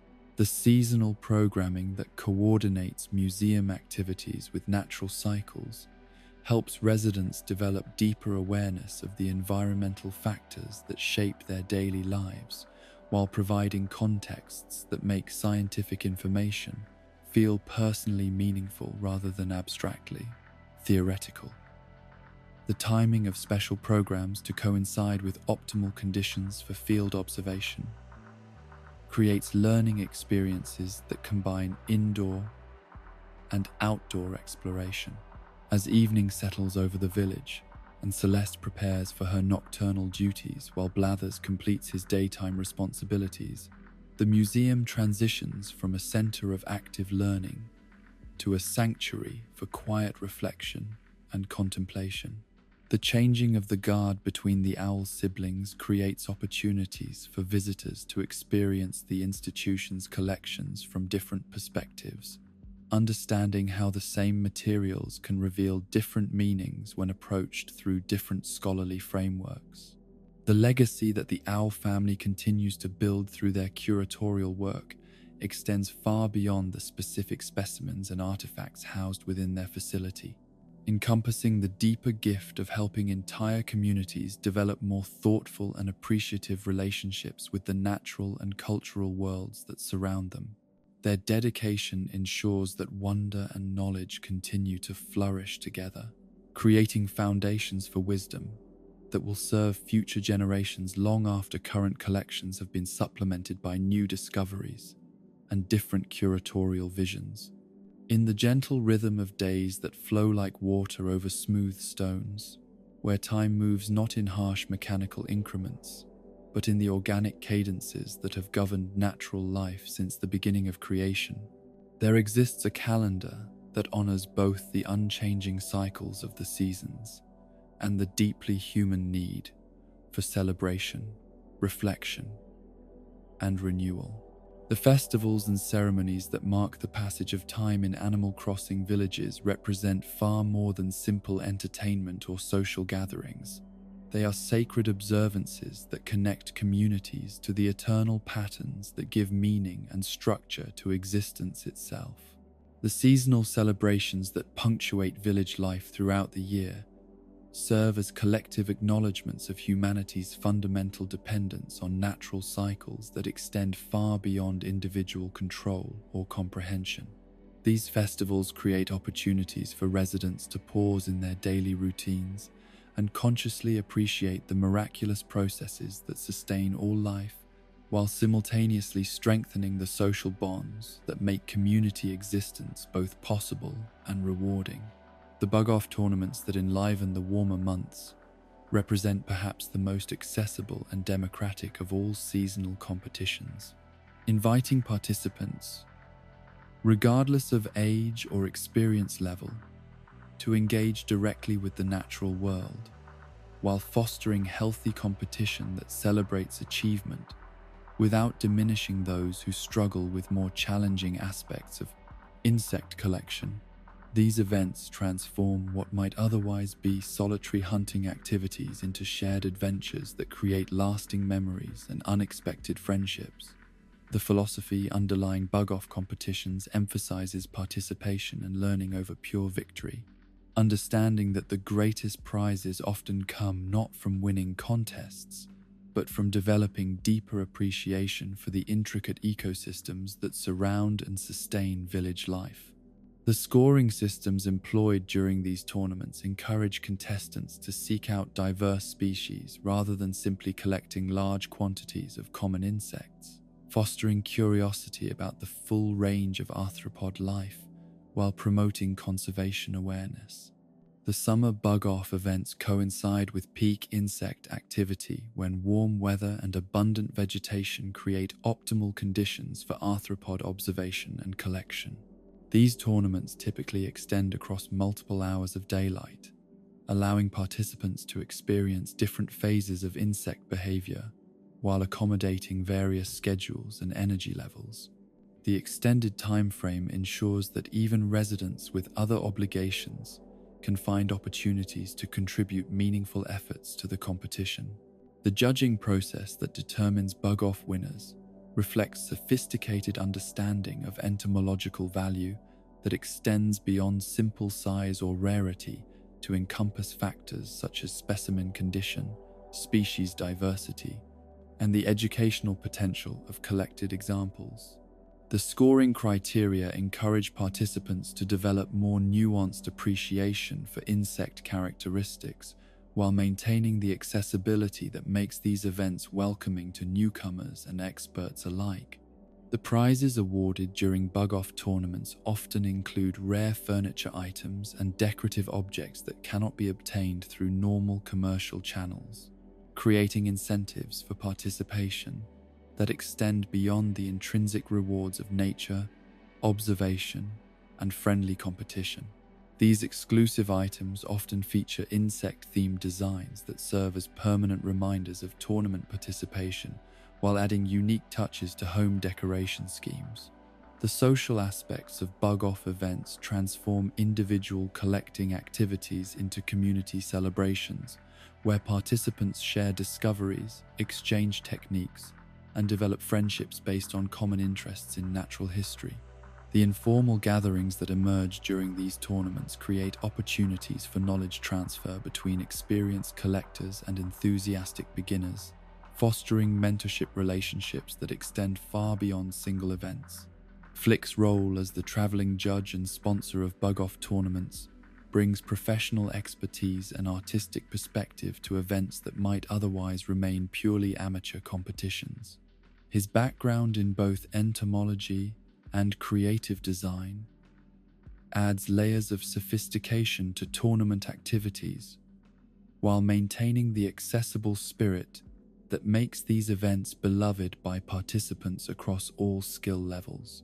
The custom artwork that Flick creates from tournament specimens represents the intersection of scientific accuracy and artistic vision, transforming collected insects into decorative objects that honor both the natural beauty of the original creatures and the dedication of the collectors who gathered them. These commissioned pieces become treasured possessions that commemorate specific tournament experiences while serving as conversation starters that spread appreciation for arthropod diversity. The fishing tournaments that complement bug-off events bring aquatic environments into seasonal celebration schedules, acknowledging the vital role that lakes, rivers, and oceans play in supporting both village ecosystems and resident recreation activities. These competitions celebrate the patience, skill, and environmental knowledge required for successful angling, while creating shared experiences that connect participants to water-based ecosystems they might otherwise overlook or take for granted. The fishing tourney format encourages participants to explore different aquatic environments throughout their villages, discovering fishing spots they might never have investigated during routine recreational angling. The competitive element motivates contestants to venture beyond familiar waters while developing more sophisticated understanding of fish behavior, seasonal patterns, and the environmental factors that influence aquatic life. The scoring systems used during fishing tourneys typically emphasize the size and quality of caught fish rather than simple quantity, encouraging participants to develop more refined angling techniques while promoting conservation practices that protect fish populations for future recreational and competitive activities. The measurement criteria used by tournament officials reflect scientific standards that help participants understand how their local catches compare to broader regional and species averages.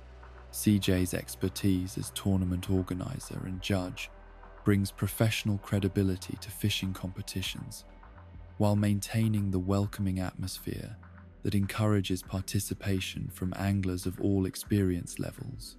His knowledge of fish behavior and aquatic ecosystems adds educational dimensions to tournament activities, helping participants develop deeper understanding of the complex relationships that sustain freshwater and marine life.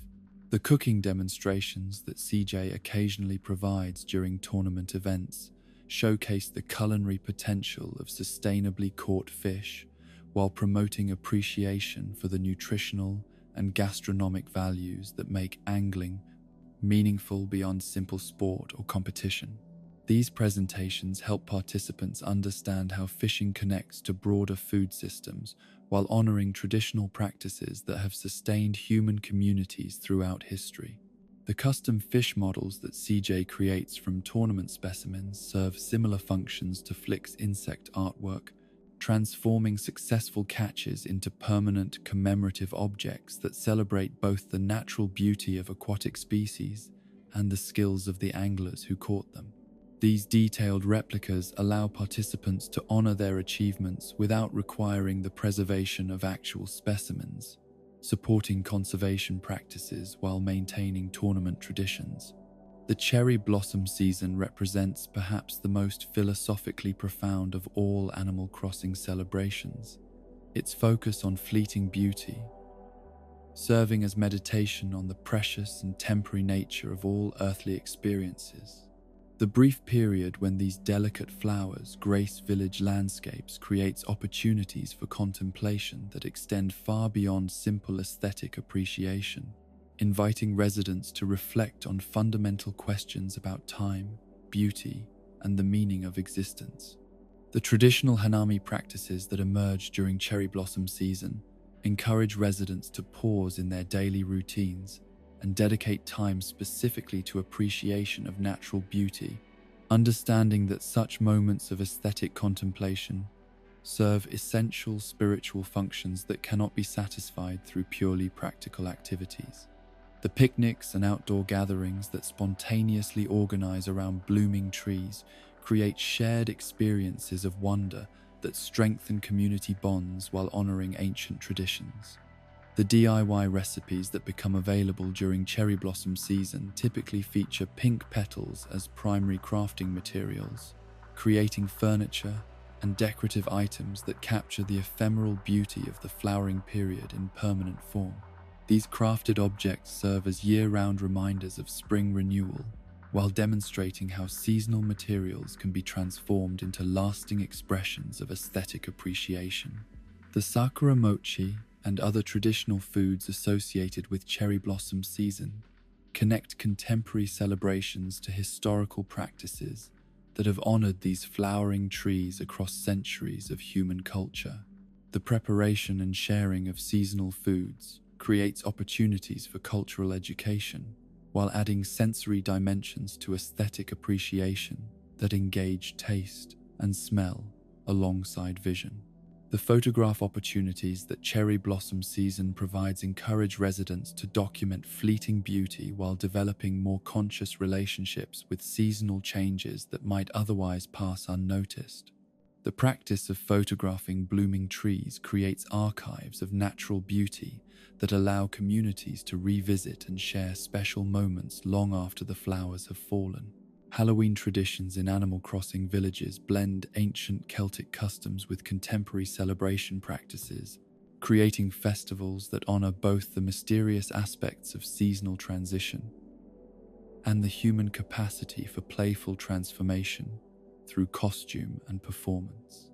The October 31st celebrations acknowledge the psychological needs that are satisfied through temporary adoption of alternative identities, while maintaining the family-friendly atmosphere that characterizes all village social activities. The costume competitions that emerge during Halloween season encourage creative expression while fostering community appreciation for diverse approaches to self-presentation and artistic vision. The range of possible costume choices allows residents to explore different aspects of their personalities while participating in shared cultural traditions that connect individual creativity to collective celebration. The candy distribution systems that operate during Halloween events reflect village values that emphasize generosity and community care, transforming what might otherwise be simple trick-or-treat activities into exercises in neighbor-to-neighbor kindness that strengthen social bonds while honoring seasonal traditions. The expectation that residents will share treats with visitors creates networks of reciprocity that extend far beyond single evening celebrations. Jack's role as the Halloween spirit and master of ceremonies brings mythological dimensions to contemporary celebrations, while maintaining the welcoming atmosphere that makes village festivals accessible to participants of all ages and comfort levels.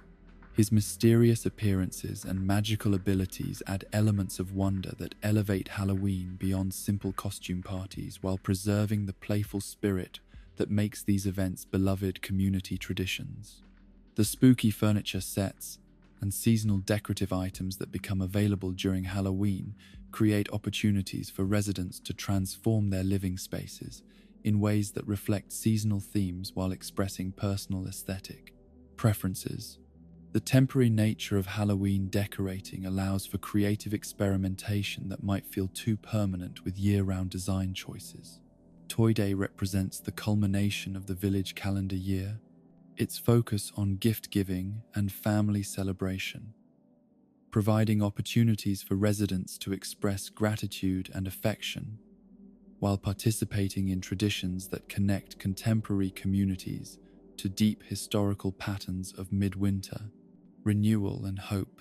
The December 24th celebrations acknowledge both the material and spiritual dimensions of generosity, while creating shared experiences that strengthen intergenerational bonds.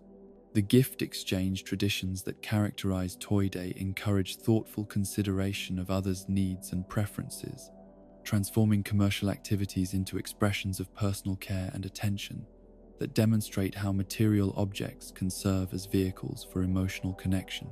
The practice of selecting presents that reflect recipients' individual interests creates opportunities for deepening relationships, while honoring the unique qualities that make each community member valuable. Jingle's appearance as the Toy Day gift bringer adds elements of magic and wonder to celebrations, while maintaining cultural traditions that have made midwinter festivals meaningful across diverse societies throughout Human Beacon history. His ability to deliver presents to every village home demonstrates community values that prioritize inclusion and universal care, while preserving the sense of mystery that makes holiday traditions enchanting for participants of all ages. The toy furniture sets and festive decorative items that appear during Toy Day season create opportunities for residents to transform their homes into expressions of holiday joy, while participating in collective celebration that makes individual spaces feel connected to broader community festivities. The seasonal nature of holiday decorating allows for creative expression that feels appropriate to specific times of year without requiring permanent design commitments. The New Year celebrations that follow immediately after Toy Day provide opportunities for reflection and renewal that help communities process the previous year's experiences while setting intentions for future growth and development. The transition between December 31st and January 1st creates natural moments for contemplation of personal and collective achievements, while acknowledging areas where improvement remains possible. The resolution traditions that emerge during New Year periods encourage residents to identify specific goals for personal development, while participating in community conversations about collective aspirations and shared priorities. The practice of making resolutions creates frameworks for intentional growth, while fostering mutual support systems that help individuals maintain commitment to positive changes throughout the coming year. The countdown celebrations that mark the transition to new calendar years create shared experiences of temporal significance that connect individual participants to universal human practices of marking time's passage while honoring both continuity and change. The communal nature of countdown activities demonstrates how personal milestones can become more meaningful when experienced as part of collective celebration. The fireworks displays that accompany New Year celebrations add visual spectacle to temporal transitions while creating memorable experiences that participants will associate with specific moments of renewal and hope. The temporary nature of fireworks demonstrates how fleeting beauty can create lasting memories while honoring the precious quality of shared community experiences. The seasonal food traditions that accompany various festivals throughout the year connect contemporary celebrations to historical practices that have sustained human communities across cultures and centuries. The preparation and sharing of special meals creates opportunities for cultural education while adding sensory dimensions to festival experiences that engage multiple aspects of human appreciation for beauty and meaning.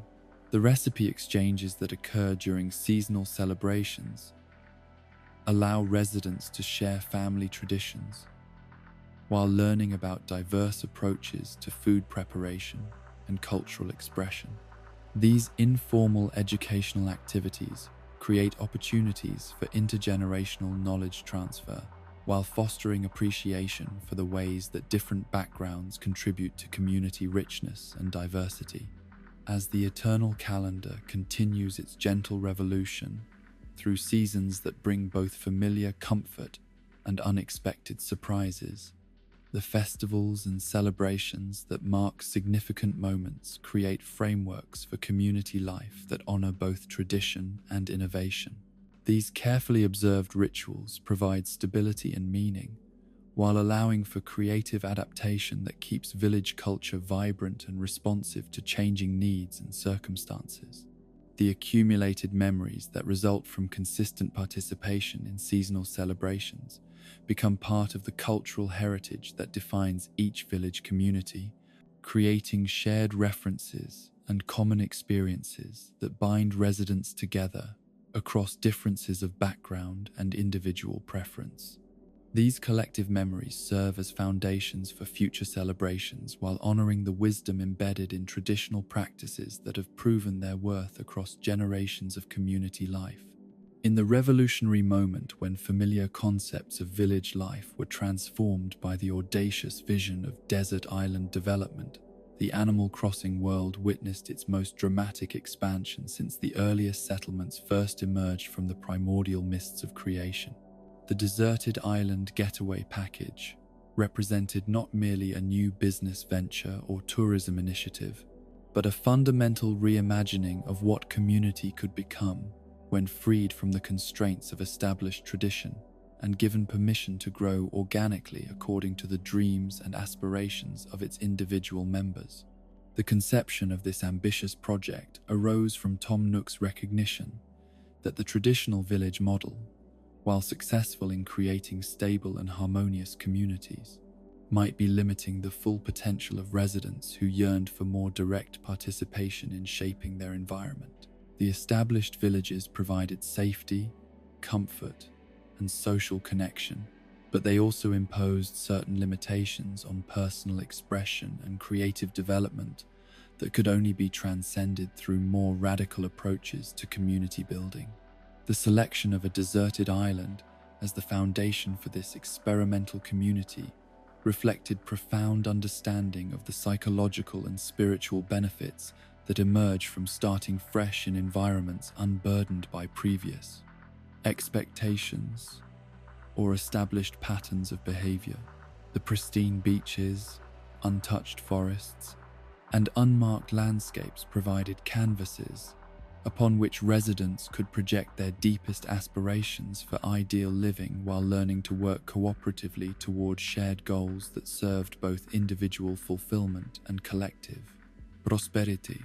The initial conditions that greeted the first island residents were deliberately austere, offering little more than basic shelter and the most essential tools necessary for survival and gradual development. This apparent deprivation was actually a gift, forcing residents to rediscover fundamental skills and cooperative instincts that had been rendered unnecessary by the sophisticated infrastructure of established villages. The process of building civilization from scratch created bonds between residents that could never have formed under more comfortable circumstances. Tom Nook's decision to personally oversee the island development project represented a return to his entrepreneurial roots, abandoning the administrative comfort of his established business empire to engage once again in hands-on community building that required physical labor, creative problem-solving, and constant adaptation to changing circumstances. This personal involvement demonstrated his continued commitment to the fundamental principles that had guided his career from its modest beginnings. The transformation of Tom Nook from distant business manager to actively involved community leader created opportunities for residents to observe and learn from his decades of accumulated wisdom while participating directly in decision-making processes that shaped their shared environment.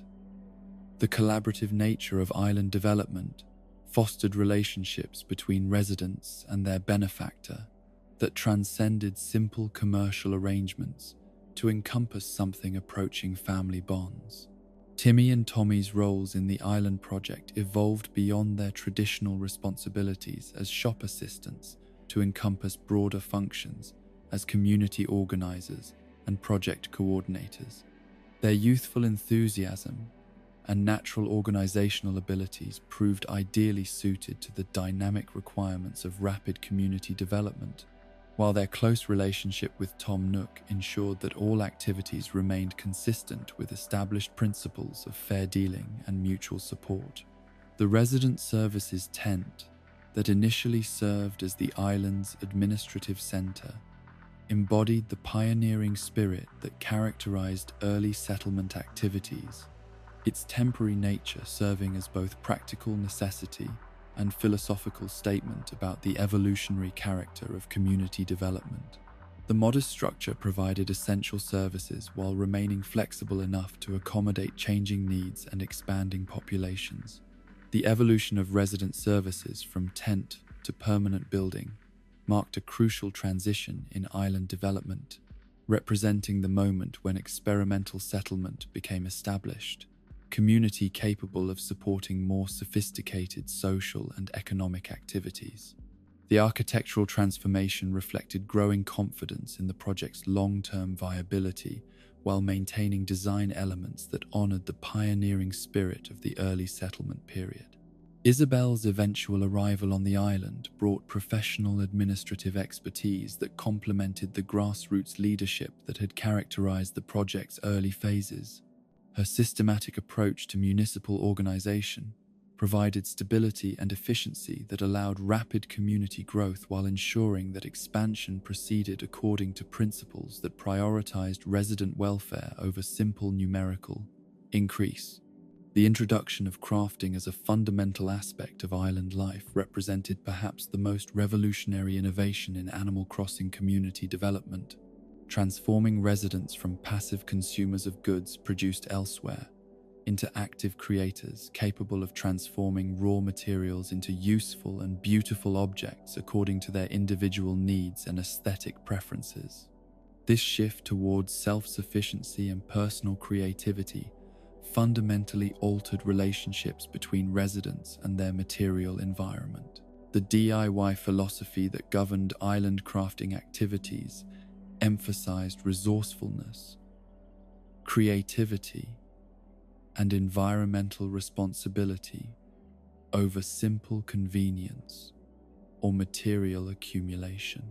Residents learned to see natural materials not as obstacles to be cleared away, but as resources to be carefully harvested and thoughtfully transformed into objects that enhanced both practical functionality and aesthetic appeal. The workbenches that appeared throughout the island served as gathering points where residents could share techniques, collaborate on projects, and learn from each other's creative approaches to common challenges. These informal workshops created opportunities for skill development and knowledge transfer that strengthened community bonds while fostering innovation and artistic growth. The recipe system that governed crafting activities created frameworks for learning that balanced structure with creativity, providing clear instructions for basic projects while encouraging experimentation and personal modification that reflected individual aesthetic preferences and practical needs. The accumulation of new recipes became a form of intellectual currency that motivated exploration and social interaction. The seasonal availability of certain crafting materials created natural rhythms that connected creative activities to environmental cycles, while ensuring that island life maintained variety and anticipation across different times of year. The temporary scarcity of specific materials made their eventual availability feel like celebration, while encouraging residents to plan projects according to natural availability patterns. The terraforming capabilities that eventually became available to island residents represented the ultimate expression of human agency in environmental design, allowing communities to reshape fundamental landscape features according to collective visions of ideal living environments. This godlike power to alter geography carried with it enormous creative potential, alongside equally enormous responsibilities for environmental stewardship. The cliff construction tools that enabled vertical landscape modification opened possibilities for multi-level community design that created dramatic visual interest, while providing practical solutions for organizing different types of activities according to elevation and accessibility. The ability to create waterfalls, overlooks, and terraced gardens transformed flat islands into three-dimensional expressions of community creativity. The river and pond modification capabilities allowed residents to redesign water features according to both aesthetic preferences and practical considerations, such as fishing access and irrigation needs. The power to redirect waterways or create new aquatic features enabled communities to integrate water elements into overall design schemes while maintaining ecological balance and environmental beauty. The path construction options that accompanied terraforming tools provided residents with means for creating circulation systems that connected different island areas while expressing community character through material choices and design patterns. The variety of available path materials allowed for creative expression that ranged from rustic natural styles to sophisticated urban aesthetics. The Happy Home Paradise expansion project represented the natural evolution of island development principles into specialized professional services, transforming the design skills that residents had developed through their own home customization into careers that could serve broader communities seeking similar creative transformation. This expansion demonstrated how individual creativity could become community resource that benefited entire networks of villages and islands. The vacation home design challenges that formed the core of Happy Home Paradise activities required designers to translate client visions into architectural reality while working within practical constraints of space, budget, and available materials. These projects served as advanced education in design principles, while creating opportunities for creative expression that extended far beyond personal living spaces. The professional relationships that developed between designers and clients created new forms of social connection that bridged different communities while spreading innovative design concepts across broader networks of villages and islands. The exchange of ideas and techniques that resulted from these professional relationships accelerated creative development while maintaining respect for individual aesthetic preferences and cultural traditions.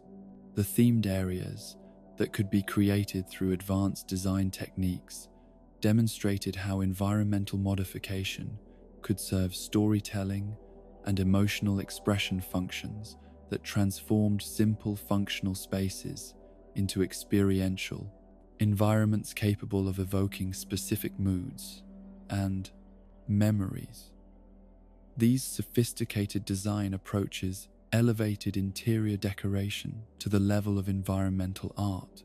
The collaboration features that enabled multiple residents to work together on large-scale projects created opportunities for collective creativity that could accomplish design goals beyond the capabilities of individual efforts. These cooperative design activities strengthened community bonds while demonstrating how shared vision could overcome practical limitations through coordinated effort and mutual support. The documentation and sharing systems that allowed successful design projects to be preserved and transmitted to other communities created libraries of creative inspiration that accelerated learning while honoring the intellectual contributions of innovative designers. These knowledge-sharing mechanisms transformed individual creativity into community resources that benefited entire networks of settlements. The economic implications of advanced design capabilities created new career opportunities for residents whose interests and talents aligned with aesthetic and practical problem-solving activities. The emergence of design professionals within island communities demonstrated how specialization could develop organically when communities grew large and sophisticated enough to support diverse occupational niches. The environmental education that resulted from direct participation in landscape modification helped residents develop deeper understanding of ecological relationships and environmental stewardship responsibilities. The power to reshape landscapes carried with it natural incentives for learning about sustainable practices that could maintain environmental health across long-term development cycles. The seasonal events and festivals that evolved within island communities reflected creative adaptations of traditional village celebrations to accommodate new types of spaces and social organizations. These celebrations demonstrated how cultural traditions could remain meaningful while adapting to changed circumstances and expanded creative possibilities. The photography and documentation activities that flourished in island communities reflected residents' desire to preserve and share memories of their creative achievements, while creating archives of design evolution that could inform future development projects. The visual documentation of island transformation became a form of community storytelling that celebrated collective accomplishment while preserving lessons learned through experience. The mentorship relationships that developed between experienced island developers and newcomers created informal educational systems that transmitted practical knowledge while fostering social connections that transcended simple, instructional relationships. These mentoring activities demonstrated how community wisdom could be preserved and transmitted across generations of residents. The international connections that emerged through design sharing and community visiting created networks of creative exchange that spanned multiple islands and villages, transforming isolated communities into participants in broader cultural conversations about ideal living environments and sustainable development practices. These connections demonstrated how local creativity could contribute to universal human aspirations for beauty and harmony. As the sun sets over another day of creative development and collaborative building, the island communities that have grown from empty beaches into sophisticated expressions of human creativity stand as testaments to what becomes possible when individual vision combines with collective effort in service of shared dreams. The transformation of wilderness into garden, of isolation into community, of limitation into possibility, represents the ongoing miracle of human creativity, applied to the eternal challenge of creating environments that support both individual fulfillment and collective flourishing. The legacy of the island experiment continues to influence community development throughout the Animal Crossing world, demonstrating that innovation and tradition can coexist when both serve the fundamental goal of creating places where residents can live authentic lives in harmony with each other and their environment. These achievements provide inspiration for future generations while honoring the pioneering spirit that made such transformation possible. In the profound transformation that occurred when village boundaries dissolved into networks of infinite possibility, when the gentle isolation that had once defined community life gave way to connections that spanned continents and cultures, the Animal Crossing world witnessed the emergence of something entirely unprecedented in its peaceful history. The evolution from local multiplayer gatherings to global online communities represented not merely technological advancement, but a fundamental shift in how residents understood their place within the broader tapestry of human experience and creative expression. The earliest forms of multiplayer interaction had been intimate affairs, limited to physical proximity and shared gaming devices that required friends and family members to gather in the same room at the same time. These cozy arrangements fostered deep personal connections and created shared memories that participants treasured long after gaming sessions had ended. But they also imposed natural limitations on the scope of community that could be achieved within practical constraints of geography and scheduling. The transition to networked connectivity opened doors to relationships that transcended every traditional barrier except the fundamental requirement of mutual respect and shared appreciation for the gentle rhythms of village life. Suddenly, residents whose physical locations might separate them by thousands of miles could visit each other's communities, share resources and experiences, and develop friendships based purely on compatible personalities and common interests, rather than accidents of geographical proximity. The visiting mechanics that enabled residents to travel between different villages and islands created opportunities for cultural exchange that enriched every participating community while preserving the unique character that made each settlement distinctive and valuable. These inter-village connections demonstrated how diversity and unity could coexist when interactions were governed by principles of courtesy, curiosity, and mutual appreciation for different approaches to the art of living well. The etiquette systems that evolved around online visiting reflected the Animal Crossing community's instinctive understanding that virtual interactions required the same standards of respect and consideration that governed face-to-face relationships. The informal protocols that developed around gift-giving, resource sharing, and behavioral expectations during visits created frameworks for positive interaction that allowed strangers to become friends without sacrificing the safety and comfort that made village life appealing. The friend code systems that initially governed online connections provided necessary privacy protections while enabling residents to expand their social circles according to their individual comfort levels and preferences. These controlled introduction mechanisms ensured that community expansion remained voluntary and manageable rather than overwhelming, preserving the intimate scale that made individual relationships meaningful within broader networks of connection. The Dream Suite represented perhaps the most philosophically intriguing innovation in inter-community connection, creating a metaphysical space where residents could share their creative achievements without the practical complications that might arise from direct interaction between strangers. The concept of dream visiting allowed communities to open their doors to infinite numbers of visitors, while maintaining complete control over their actual living environments and social relationships. The Luna character, who presided over dream activities, embodied the mysterious intersection between conscious intention and subconscious exploration.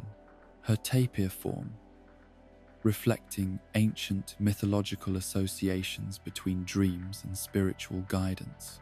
Her gentle presence in the Dream Suite created atmospheres of safety and wonder that encouraged visitors to explore freely while maintaining respect for the creative visions they encountered.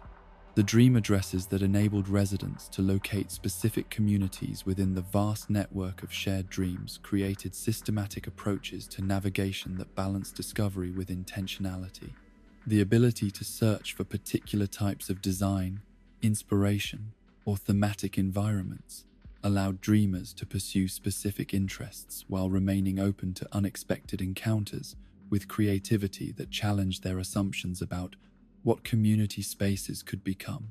The preservation function that dreams provided for community design served crucial archival purposes, creating permanent records of creative achievement that could survive changes in active communities, while inspiring future generations of designers and builders. The Dream Archives became repositories of collective creativity that demonstrated the full range of possibility within Animal Crossing design systems. The asymmetrical nature of dream visiting, where visitors could observe and appreciate without necessarily reciprocating by sharing their own spaces, created low-pressure opportunities for learning and inspiration that accommodated different comfort levels with social interaction. The ability to explore without commitment allowed shy or uncertain residents to build confidence while developing their own creative visions. The social media integration that accompanied online connectivity transformed individual village experiences into shared cultural phenomena that reached audiences far beyond active player communities. The documentation and sharing of daily village life through photographs, videos, and written accounts created new forms of storytelling that celebrated the gentle pleasures of Animal Crossing existence while inspiring others to discover similar satisfaction in their own communities. The screenshot sharing that became central to Animal Crossing's social media presence demonstrated how digital photography could elevate everyday moments into artistic expressions that captured the unique aesthetic character of village life. The careful attention to composition, lighting, and seasonal timing that characterized the best Animal Crossing photography created visual languages that communicated emotional and spiritual values alongside simple documentary information. The fashion sharing that flourished through social media platforms transformed individual creativity into collective resources that inspired innovation while celebrating diverse approaches to personal expression. The circulation of custom clothing designs, interior decoration concepts, and character customization ideas created collaborative creative environments where individual achievements contributed to community-wide artistic development. The video documentation that preserved and shared complex village transformation projects allowed creators to tell stories about their communities that extended far beyond simple before and after comparisons. These extended narratives demonstrated how patient creative work could transform environments while providing educational content that helped other residents develop their own design skills and environmental vision. The turnip trading networks that emerged from online connectivity created global economic systems that transformed simple agricultural activities into complex market phenomena involving risk assessment, price speculation, and strategic timing decisions. The weekly turnip markets that connected villages across different time zones created international commerce systems that operated according to supply and demand principles while maintaining the friendly cooperation that characterized all Animal Crossing activities. The stock market mechanics that governed turnip pricing created opportunities for residents to learn fundamental economic concepts through low-stakes activities that never threatened their basic security or social standing. The fluctuating prices that characterized turnip markets provided practical education in market timing and risk management while maintaining the playful spirit that made these activities enjoyable rather than stressful. The mutual aid networks that developed around turnip trading demonstrated how economic activities could strengthen community bonds rather than creating competition or conflict between participants. The sharing of market information, the coordination of buying and selling activities, and the assistance provided to newcomers learning market mechanics created collaborative systems that prioritized collective success over individual accumulation. The queue management systems that evolved around high-demand turnip markets reflected community values that emphasized fairness and courtesy even within competitive economic contexts. The voluntary organization systems that managed large-scale trading events demonstrated how self-governance could emerge organically when participants shared commitments to mutual respect and equitable treatment. The time zone coordination that international turnip trading required created opportunities for residents to develop awareness of global diversity while learning to work cooperatively across different schedules and cultural contexts. The logistics of organizing markets that accommodated participants from multiple continents fostered appreciation for the complexity of international cooperation, while celebrating the shared interests that made such coordination worthwhile. The cultural exchange that accompanied economic interaction enriched all participating communities by introducing residents to different approaches to village design, resource management, and social organization. The informal education that occurred through exposure to diverse community models expanded creative possibilities while reinforcing universal values that transcended cultural differences. The gift economy that operated alongside market activities demonstrated how generosity and reciprocity could coexist with more formal economic systems. The spontaneous sharing of rare items, seasonal materials, and creative resources created networks of mutual support that strengthened community bonds while providing practical assistance to residents pursuing ambitious projects. The mentorship relationships that developed through online interactions created educational opportunities that connected experienced residents with newcomers seeking guidance and inspiration. The transmission of knowledge about game mechanics, design techniques, and community values that occurred through these informal teaching relationships ensured that community wisdom remained accessible to new generations of residents. The cross-pollination between communities that resulted from increased connectivity created hybrid approaches to village development that combined successful elements from different cultural and creative traditions. The circulation of design ideas, organizational strategies, and celebration traditions created evolutionary pressure that encouraged innovation while preserving valuable practices that had proven their worth across different contexts. The documentation projects that preserved and shared community histories created archives of collective memory that honored the achievements of individual villages while contributing to broader understanding of community development. Principles. The careful recording of village evolution, significant events, and resident accomplishments created resources that could inform future community building while celebrating past successes. The collaborative events that connected multiple communities in shared activities demonstrated how competition could coexist with cooperation when activities were structured to celebrate participation rather than simply determining winners and losers. The multi-community challenges, creative contests, and seasonal celebrations that emerged from online coordination created shared experiences that strengthened bonds between diverse groups while honoring individual community identities. The time travel controversies that emerged from online connectivity reflected deeper philosophical questions about the relationship between natural time and personal agency within virtual environments. The debates over seasonal manipulation and artificial acceleration of development processes highlighted tensions between authenticity and efficiency that reflected broader cultural questions about the pace and purpose of meaningful life. The purist movements that advocated for natural time progression represented commitments to experiencing Animal Crossing according to its intended temporal rhythms, understanding that patience and seasonal anticipation were integral components of the aesthetic and spiritual experience the games were designed to provide.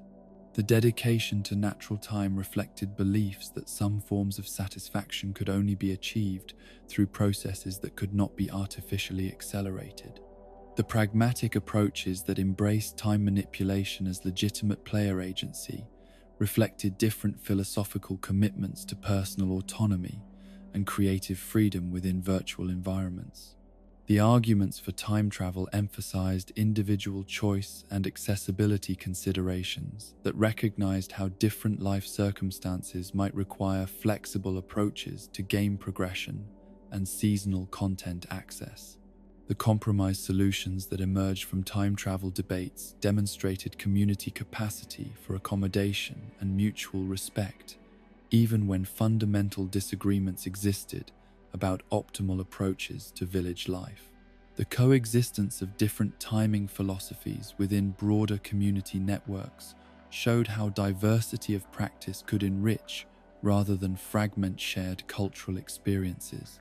The technical innovations that supported expanded connectivity created infrastructure for community experiences that would have been impossible under previous technological constraints. The server systems, matchmaking mechanisms, and data synchronization processes that enabled seamless interaction between distant communities represented remarkable achievements that remained largely invisible to residents who benefited from their functionality. The accessibility improvements that accompanied online expansion ensured that community participation remained available to residents with diverse technical capabilities and internet connectivity situations. The design considerations that accommodated different connection speeds, device capabilities, and technical expertise levels reflected community values that prioritized inclusion over exclusivity. As the digital sunset casts its gentle glow over communities that span continents and time zones, the networks of connection that have grown from simple village life into global phenomena of creativity and friendship demonstrate the enduring human capacity to create meaning and beauty through collaborative effort. The transformation of isolated settlements into nodes within infinite networks of possibility represents not the loss of intimate community character, but its multiplication across scales that previous generations could never have imagined. The legacy of expanded connectivity continues to evolve as new technologies and social innovations create additional opportunities for community building and creative expression. The foundation principles that have guided Animal Crossing communities through previous transitions provide stable frameworks for adaptation that ensure future developments serve human flourishing rather than simply technological advancement. The gentle wisdom that has always characterized village life proves flexible enough to accommodate infinite possibility, while remaining true to core values of kindness, creativity, and mutual support that make community life meaningful, regardless of its scale or complexity. In the gentle twilight hours, when the day's activities have drawn to their natural close, and the mind begins its slow drift toward the peaceful realms of sleep and reflection, there exists a profound opportunity to contemplate the deeper wisdom that flows like an underground river beneath the surface of even the simplest activities in the Animal Crossing world. This is not wisdom that announces itself with fanfare or demands attention through complexity, but rather the quiet understanding that emerges when we allow ourselves to truly inhabit moments of ordinary beauty and discover the extraordinary truths they contain. The Buddhist principles that permeate every aspect of village life reveal themselves not through formal religious instruction or philosophical treatises, but through the lived experience of communities where patience, compassion, and mindful attention to present moments have become the natural rhythms that govern daily existence. The practice of tending gardens teaches lessons about impermanence and acceptance that no amount of abstract study could convey, while the patient work of building relationships with animal neighbors demonstrates how genuine happiness emerges from selfless service to others rather than endless pursuit of personal advancement. The morning ritual of watering flowers embodies the essence of mindful practice, transforming a simple maintenance task into an opportunity for meditation that connects the gardener to the eternal cycles of growth and renewal that sustain all life. Each plant receives individual attention, its specific needs acknowledged and addressed with the kind of careful awareness that recognizes the sacred nature of every living being. The watering can become an instrument of compassion, its gentle streams carrying not just moisture, but conscious intention to nurture and support the flourishing of beauty in the world. The therapeutic value of these repetitive activities lies not in their complexity, but in their capacity to quiet the restless mind and create space for deeper forms of awareness to emerge. The rhythm of walking from flower to flower, the gentle sound of water meeting earth, the visual pleasure of observing healthy growth, responding to careful attention. These simple elements combine to create meditative states that refresh the spirit while accomplishing necessary work. The seasonal nature of gardening activities teaches profound lessons about attachment and letting go, as residents learn to appreciate the transient beauty of cherry blossoms and autumn leaves without clinging to moments that must naturally pass. The cycle of planting, tending, harvesting, and allowing for dormancy mirrors the larger patterns of birth, growth, decay, and renewal that characterize all existence, creating opportunities for residents to align their personal rhythms with the deeper wisdom embedded in natural processes. The practice of fishing transforms potentially frustrating waiting periods into opportunities for cultivating patience and present moment awareness, teaching lessons about persistence and acceptance that extend far beyond aquatic pursuits. The stillness required for successful angling creates natural meditation periods where the mind can settle, and the deeper currents of intuition can make themselves known through the subtle sensations that indicate when fish are approaching. The hook, the uncertainty that characterizes fishing activities, provides excellent training in non-attachment to outcomes, as successful anglers learn to find satisfaction in the process itself, rather than demanding specific results from their efforts. The willingness to cast lines repeatedly without guarantee of success demonstrates the kind of faith in larger processes that characterizes mature spiritual practice, while the joy that accompanies unexpected catches teaches appreciation for gifts that cannot be earned or controlled. The social interactions that emerge around shared fishing experiences create opportunities for the kind of comfortable silence and gentle conversation that deepens friendships, while honoring the contemplative atmosphere that makes angling spiritually nourishing. The tradition of sharing prime fishing locations and successful techniques demonstrates how competitive activities can be transformed into collaborative adventures when participants prioritize collective enjoyment over individual achievement. The museum visits that punctuate village life serve as pilgrimages to temples of learning where residents can practice the art of careful observation and develop deeper appreciation for the intricate beauty and complexity of the natural palette. World, the quiet halls filled with specimens and artifacts, create sacred spaces where the mind naturally slows to accommodate wonder and curiosity, fostering the kind of receptive awareness that allows profound insights to emerge from careful attention to detail. The process of donating specimens to museum collections transforms individual achievements into contributions to collective knowledge, teaching lessons about service and generosity that demonstrate how personal accomplishments can serve purposes larger than individual satisfaction. The transformation of private discoveries into public educational resources models the kind of selflessness that characterizes enlightened action. Community building in Animal Crossing villages provides practical education in the arts of cooperation and mutual support that serve as foundations for larger understandings about human interdependence and social responsibility. The daily interactions with animal neighbors create opportunities to practice patience, kindness, and genuine interest in others' well-being, developing interpersonal skills that enhance all relationships while contributing to collective harmony.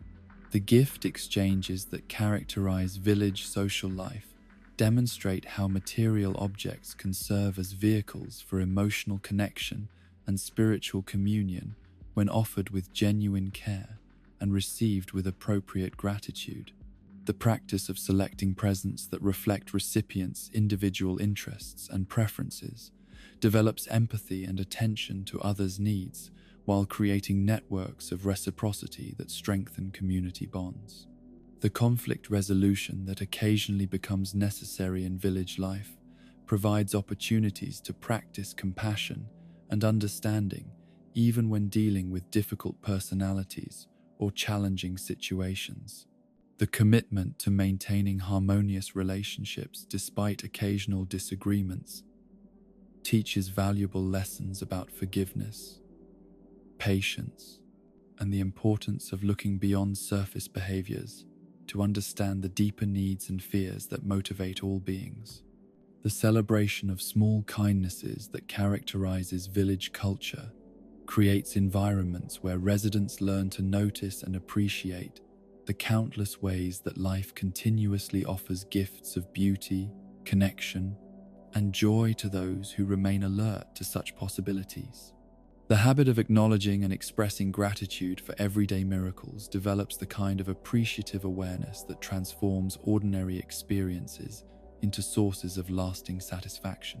The relationship between material possessions and genuine happiness reveals itself through village experiences that demonstrate how acquiring objects can serve authentic purposes or become empty distractions depending on the consciousness that guides consumption decisions.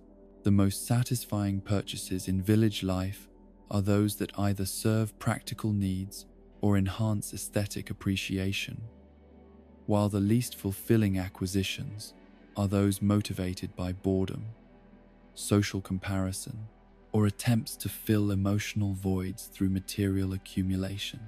The home decoration activities that occupy so much village energy provide opportunities to explore the relationship between external environments and internal states of consciousness, demonstrating how thoughtfully arranged spaces can support emotional well-being while reflecting personal values and aesthetic sensibilities. The process of creating beautiful living environments becomes a form of artistic practice that honors both individual creativity and the human need for beauty in daily life. The seasonal rotation of decorative themes teaches lessons about change and adaptation that help residents develop flexibility while maintaining core values and aesthetic principles.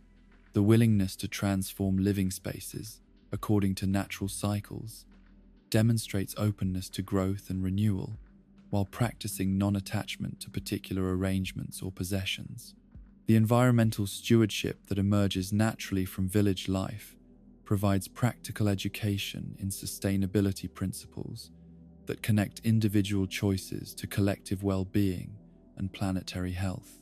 The careful management of natural resources, the protection of endangered species, and the creation of habitats that support biodiversity demonstrate how personal actions can serve larger ecological purposes.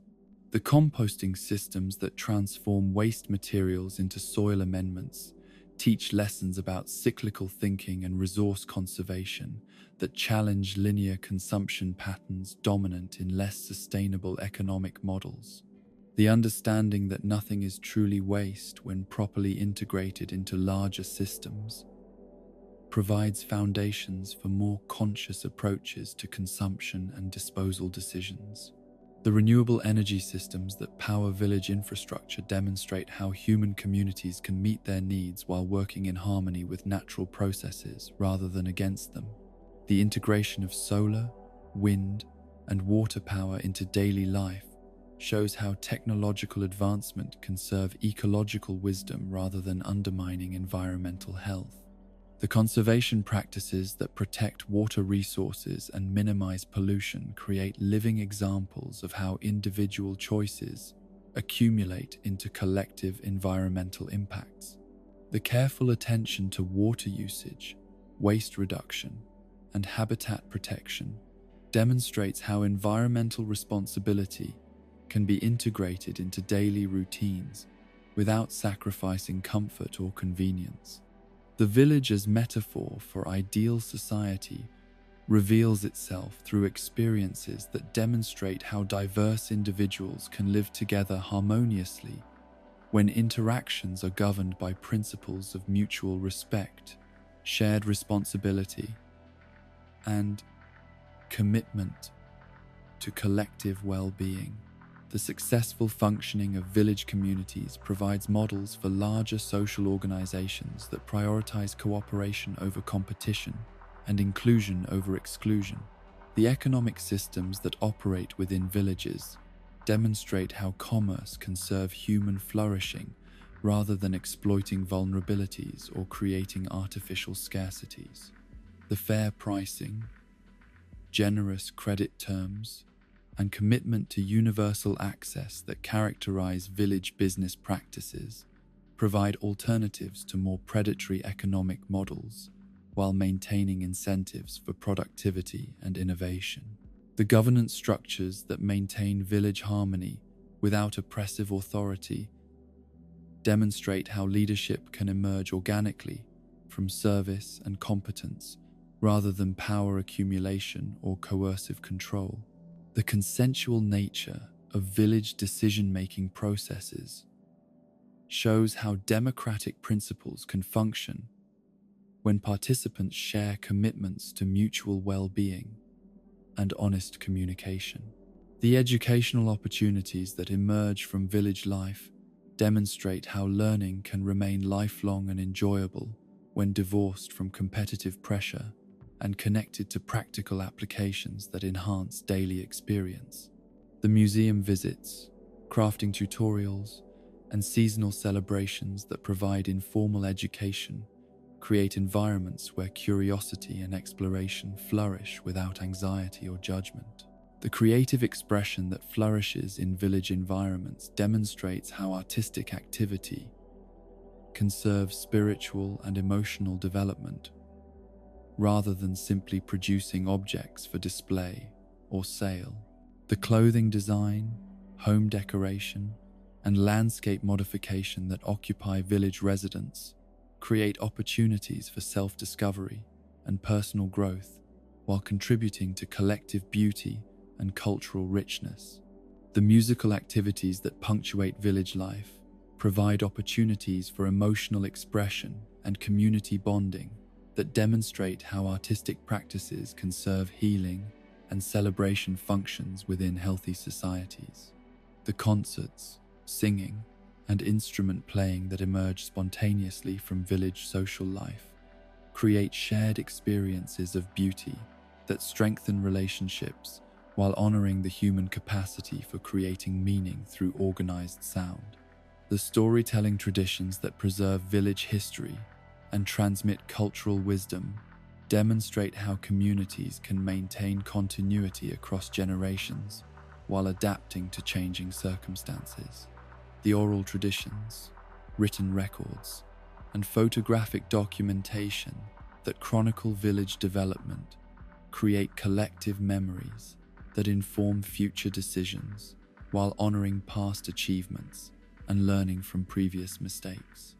The mentorship relationships that connect experienced residents with newcomers demonstrate how knowledge and wisdom can be transmitted through personal relationships rather than formal institutional structures. The patient guidance, practical instruction, and emotional support that characterize successful mentoring create learning environments that honor both traditional knowledge and individual creativity. The healing practices that emerge from village life demonstrate how communities can support individual well-being through collective attention and mutual care.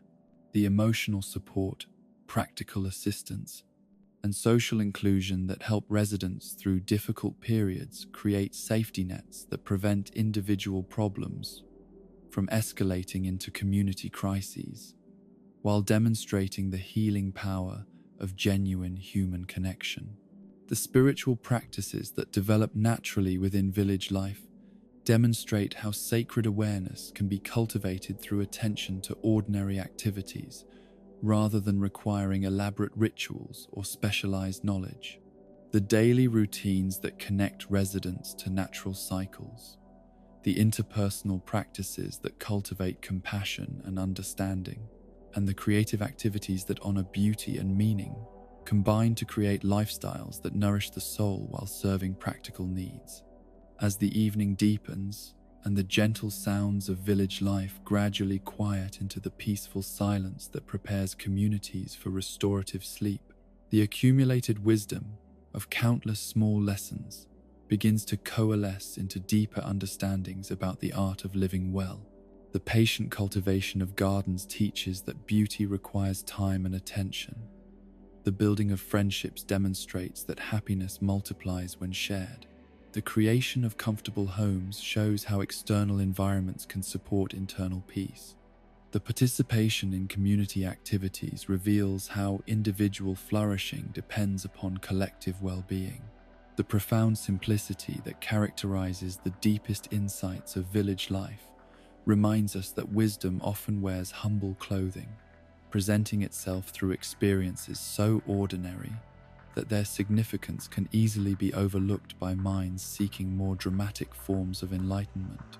Yet within the gentle rhythms of watering flowers, catching fish, decorating homes, and visiting with neighbors lie teachings that have sustained human communities across centuries and cultures. timeless principles that remain as relevant in virtual villages as in any other context where conscious beings seek to live together in harmony, beauty, and mutual support.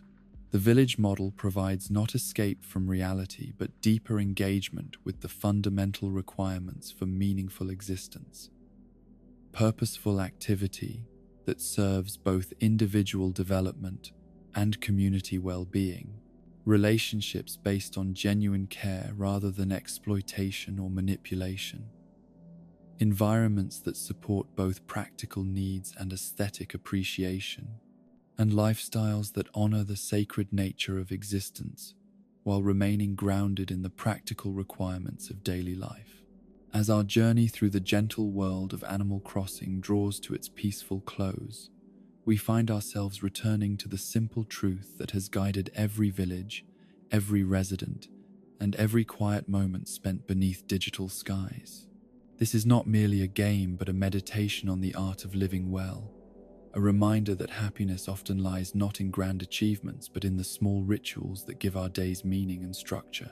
In these virtual villages, where time moves at its own pace and every season brings new wonders, we discover something profound about the human need for community, for purpose, and for places where we can simply be ourselves without judgment or expectation. The world of Animal Crossing teaches us that there is magic in routine, beauty in simplicity, and joy in the company of friends who accept us exactly as we are. The lessons we have gathered from countless mornings spent watering flowers and evenings shared with neighbors remind us that contentment rarely arrives through dramatic gestures or expensive acquisitions, but emerges gradually from patient attention to the present moment and generous care for those who share our journey. The wisdom of Tom Nook's patient business practices, Isabel's devoted service, and the traveling merchant's mysterious gifts all point toward the same fundamental understanding, that authentic prosperity flows from giving rather than taking, from building rather than consuming, from connecting rather than competing. So as you drift towards sleep, carry with you the wisdom of these peaceful villages, that every day is a gift to be unwrapped slowly, that kindness is its own reward, and that sometimes the most revolutionary act is simply taking time to water your flowers and appreciate the world around you. Rest now, knowing that somewhere in the digital ether, your village waits patiently for your return, your animal friends tending their gardens and living their gentle lives in perfect harmony with the turning seasons.